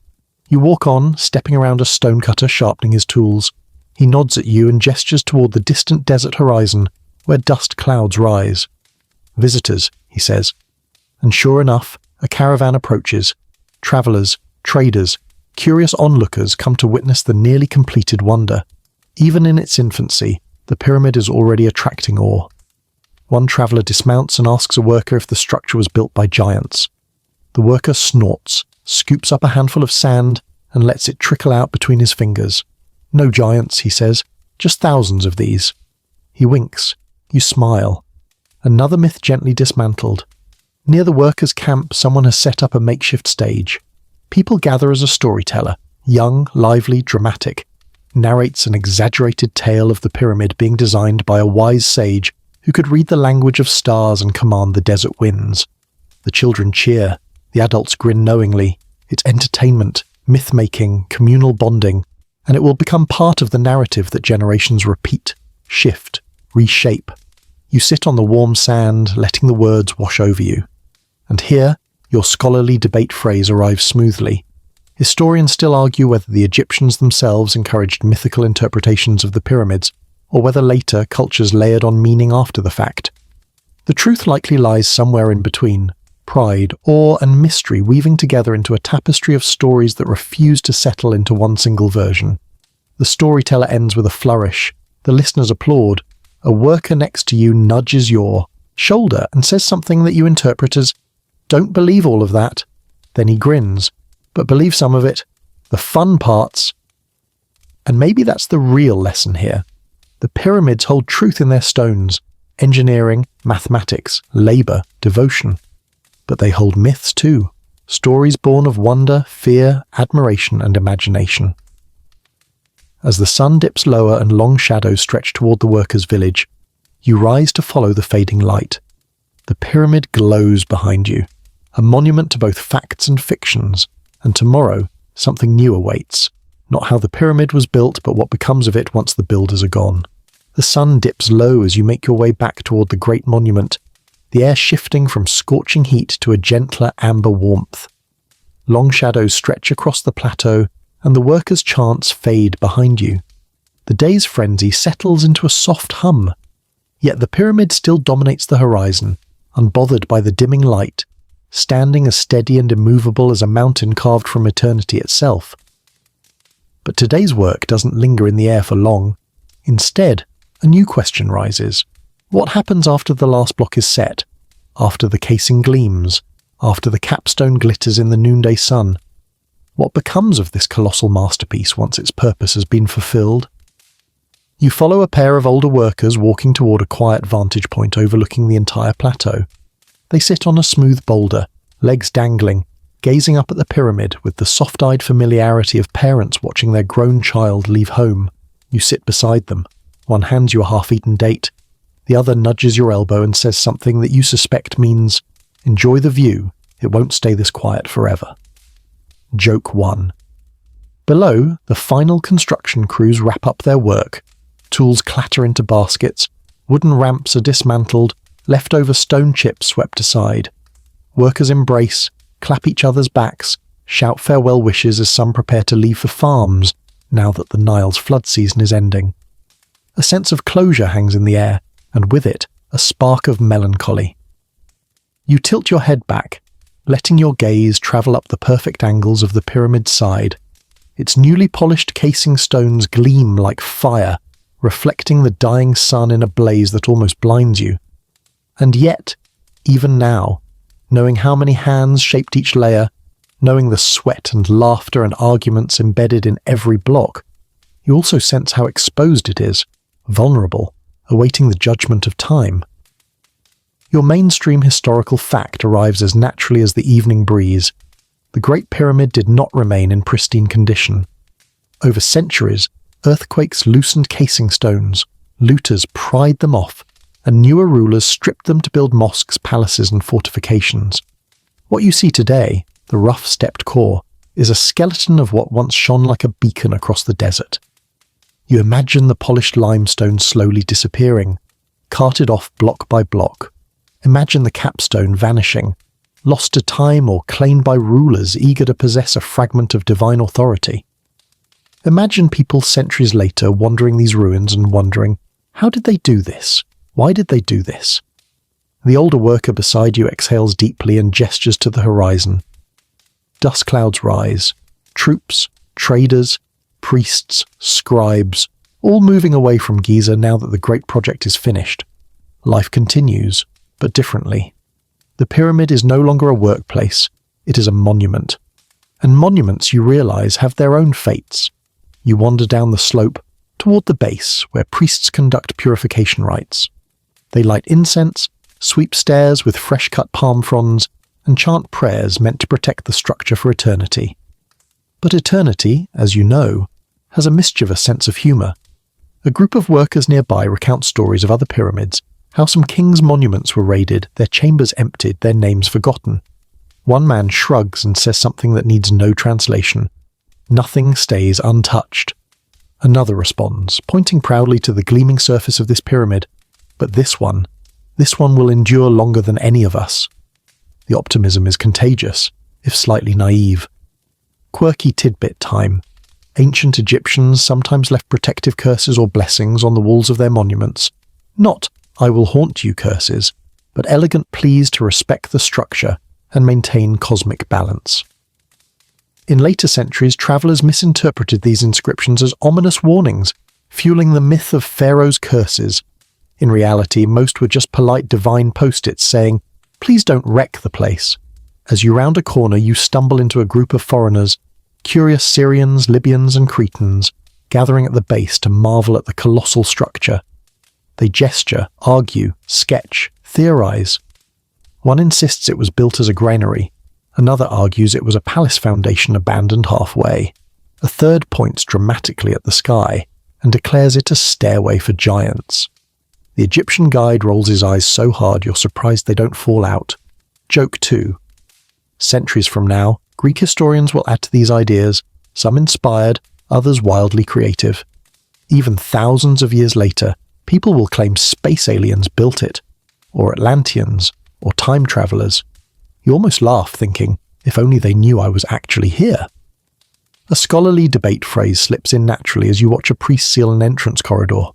Historians still argue whether the Great Pyramid was looted shortly after the Old Kingdom collapsed or centuries later. Some propose elaborate ancient break-ins. Others suggest the kings themselves removed valuables to safer temples. The truth remains buried in layers of speculation and stone. Night creeps in. The stars emerge, shimmering above the darkening silhouette of the pyramid. Workers' torches flicker along the ground like fireflies. A few children in the village chase each other, their laughter floating through the air like notes of a fading song. And you feel it, a subtle shift. The pyramid is no longer building site busy, no longer bustling with life. It stands still, silent, patient. You sit on a low wall, watching the first moonlight gloss the pyramid's sharp edges, and suddenly the quiet around you deepens into something profound. This is the moment the builders hand their creation over to time. One last worker walks past you with his tool bag slung over his shoulder. He pauses, looks, back at the pyramid with an expression you've seen on parents watching their children sleep, pride, exhaustion, and a touch of grief. He says something soft. You don't catch the words, but the meaning feels like, "Be good to them. We did our best." He walks away. You stay a little longer, letting the night breeze cool the air around you. The Great Pyramid behind you glows faintly in the moonlight, a colossal, silent witness to everything that will unfold in the centuries ahead. Kingdoms will rise and fall, cultures will erode, myths will bloom like desert flowers, and still the pyramid will stand, weathered and stripped, but stubbornly alive. To see its afterlife is to understand that monuments don't just exist in their moment, they evolve, they decay, they endure, they inspire, they confuse, they amaze, and sometimes they outlive even the stories meant to explain them. You rise from the wall, brushing sand from your clothes, and take one final look over your shoulder.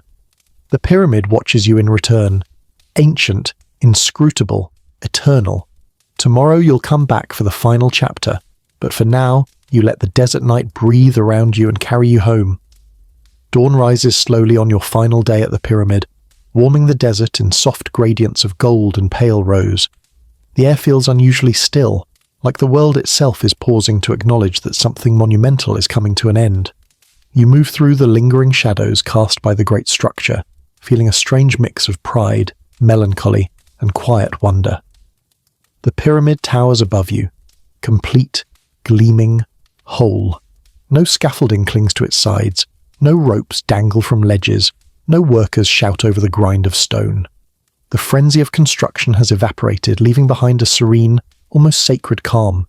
For the first time in this entire journey, you are seeing the pyramid as it was meant to be seen, perfect, radiant, unimaginably vast, and alive in its own silent way. A single worker remains near the base, sweeping dust from a final pathway. He glances up, surprised to see you, then smiles faintly and gestures for you to walk the newly cleared ground. You step onto the smooth limestone, warm beneath your feet. The polished casing stones shimmer as the sun climbs. The pyramid glows, truly glows, as if lit from within. Rays scatter across its surfaces, bouncing in dazzling arcs that make the whole monument flicker like a giant luminous jewel. Joke 1 arrives when the worker shields his eyes dramatically, pretending the shine is so bright he might go blind. He laughs, then pats your back and wanders off toward the village, leaving you alone with the giant. You take your time circling the structure. Every angle offers something new. The smoothness of the casing, the precision of the joints, the immaculate symmetry that somehow feels soft and graceful despite the harsh desert surroundings. It's almost incomprehensible that tens of thousands of hands placed every stone, measured every angle, aligned every corridor. And yet here it stands, an embodiment of countless human lives braided together into a single form. Here's your mainstream historical fact. When the Great Pyramid was freshly completed, it was the tallest human-made structure on Earth for over 800 years. No other building surpassed it until the Lincoln Cathedral in medieval England. Even stripped of its casing stones centuries later, its core mass remains one of the most astonishing feats of engineering ever achieved. You run your fingers across a seam between two casing stones. It's so tight you can barely feel the edge. You think of every worker who shaped it, every astronomer who aligned it, every scribe who recorded its progress. A quiet reverence fills your chest. You wander around to the pyramid's eastern side where the morning sun hits the face directly. Your breath catches. The brilliance is overwhelming. The reflection is nearly mirror-like. You blink several times, eyes watering, feeling almost as if the pyramid is staring back at you. A group of priests approaches, their linen garments fluttering in the breeze. They carry incense burners, jars of natron, and small gold amulets. They bow to the pyramid and begin chanting, the sound low and resonant, as though coaxing the air itself into devotion. You watch as they walk in slow procession, stopping at key points, cardinal directions, symbolic corners, blessing the structure, consecrating it for eternity. One priest invites you to walk beside him. He places a gentle hand on your arm and murmurs something soothing, something that feels like, "Witness what we give to the ages." The solemnity anchors your next scholarly debate observation. Historians still argue whether the pyramid served only as a tomb or also functioned as a spiritual machine, aligning celestial cycles, facilitating the pharaoh's transformation, or embedding symbolic numerology into stone. Watching the rituals now, you feel the layers overlap. Practical, sacred, astronomical, political. This monument isn't one thing. It's all of them intertwined. A gust of wind carries incense smoke toward you, its scent warm and woody. You inhale deeply, letting it swirl around your senses. The priests finish their rites, bow once more, and drift away like pale ghosts disappearing into the village's waking bustle. You remain. A few minutes pass before another figure approaches, an elderly stone fitter who worked on the pyramid's highest courses. His back is bent, his hands rough, his eyes bright. He touches the pyramid's base gently, affectionately, the way someone might greet an old friend. He looks at you and taps the casing stone with a knuckle, nodding as if saying, "Still straight, still true." Then he surprises you. He lifts his chin, points at the towering peak and says something teasing in tone, clearly, "Want to climb it again?" Joke 2. He laughs heartily at your horrified expression, waves goodbye and ambles off. You sit down on a flat stone near the pyramid's base and just breathe. The desert wind strokes your skin. The light grows warmer. The pyramid casts a long shadow across the sand, a shadow that could swallow a village. You close your eyes, letting the silence seep in. A camel bell rings somewhere in the distance. Birds caw overhead. The day begins to unfold around you. But here, against this impossibly perfect wall of ancient brilliance, time feels slower. As you rise and take one last walk around the base, a young boy from the village jogs by, holding a wooden toy pyramid. He waves enthusiastically. But then he stops and points at the real pyramid, then at his toy, then at you. The implication is obvious and adorable. "Look, mine's just like yours." Joke 3. You kneel to admire his handiwork, ruffle his hair, and send him off with a grin. He runs toward his family, shouting proudly about his masterpiece. You can't help but chuckle, and then you stop, because suddenly it hits you with full force that the pyramid is more than a wonder of the ancient world, more than a tomb, more than a monument. It is a message, from the people who built it to everyone who would ever look upon it. A message that says, we lived, we dreamed, we created, we left something behind. You stand before it now, feeling the weight of that message settle softly into your heart. This is where your journey ends. But the pyramid's story continues, unchanged, unbroken, unstoppable. And as the wind picks up and carries grains of sand across your path, you take one last look at the towering, gleaming masterpiece and whisper your own farewell. The sun climbs a little higher, but its warmth feels softer now, stretching across the desert in long, calming strokes. You take a slow breath, letting your shoulders loosen, letting your mind drift like sand settling after a gentle breeze. The pyramid stands behind you, but its presence now feels distant, wrapped in the hush of early morning peace. You walk a few steps away, feeling each grain of sand shift beneath your feet, each one a tiny reminder of the vast quiet stretching in every direction. The air cools as the wind softens.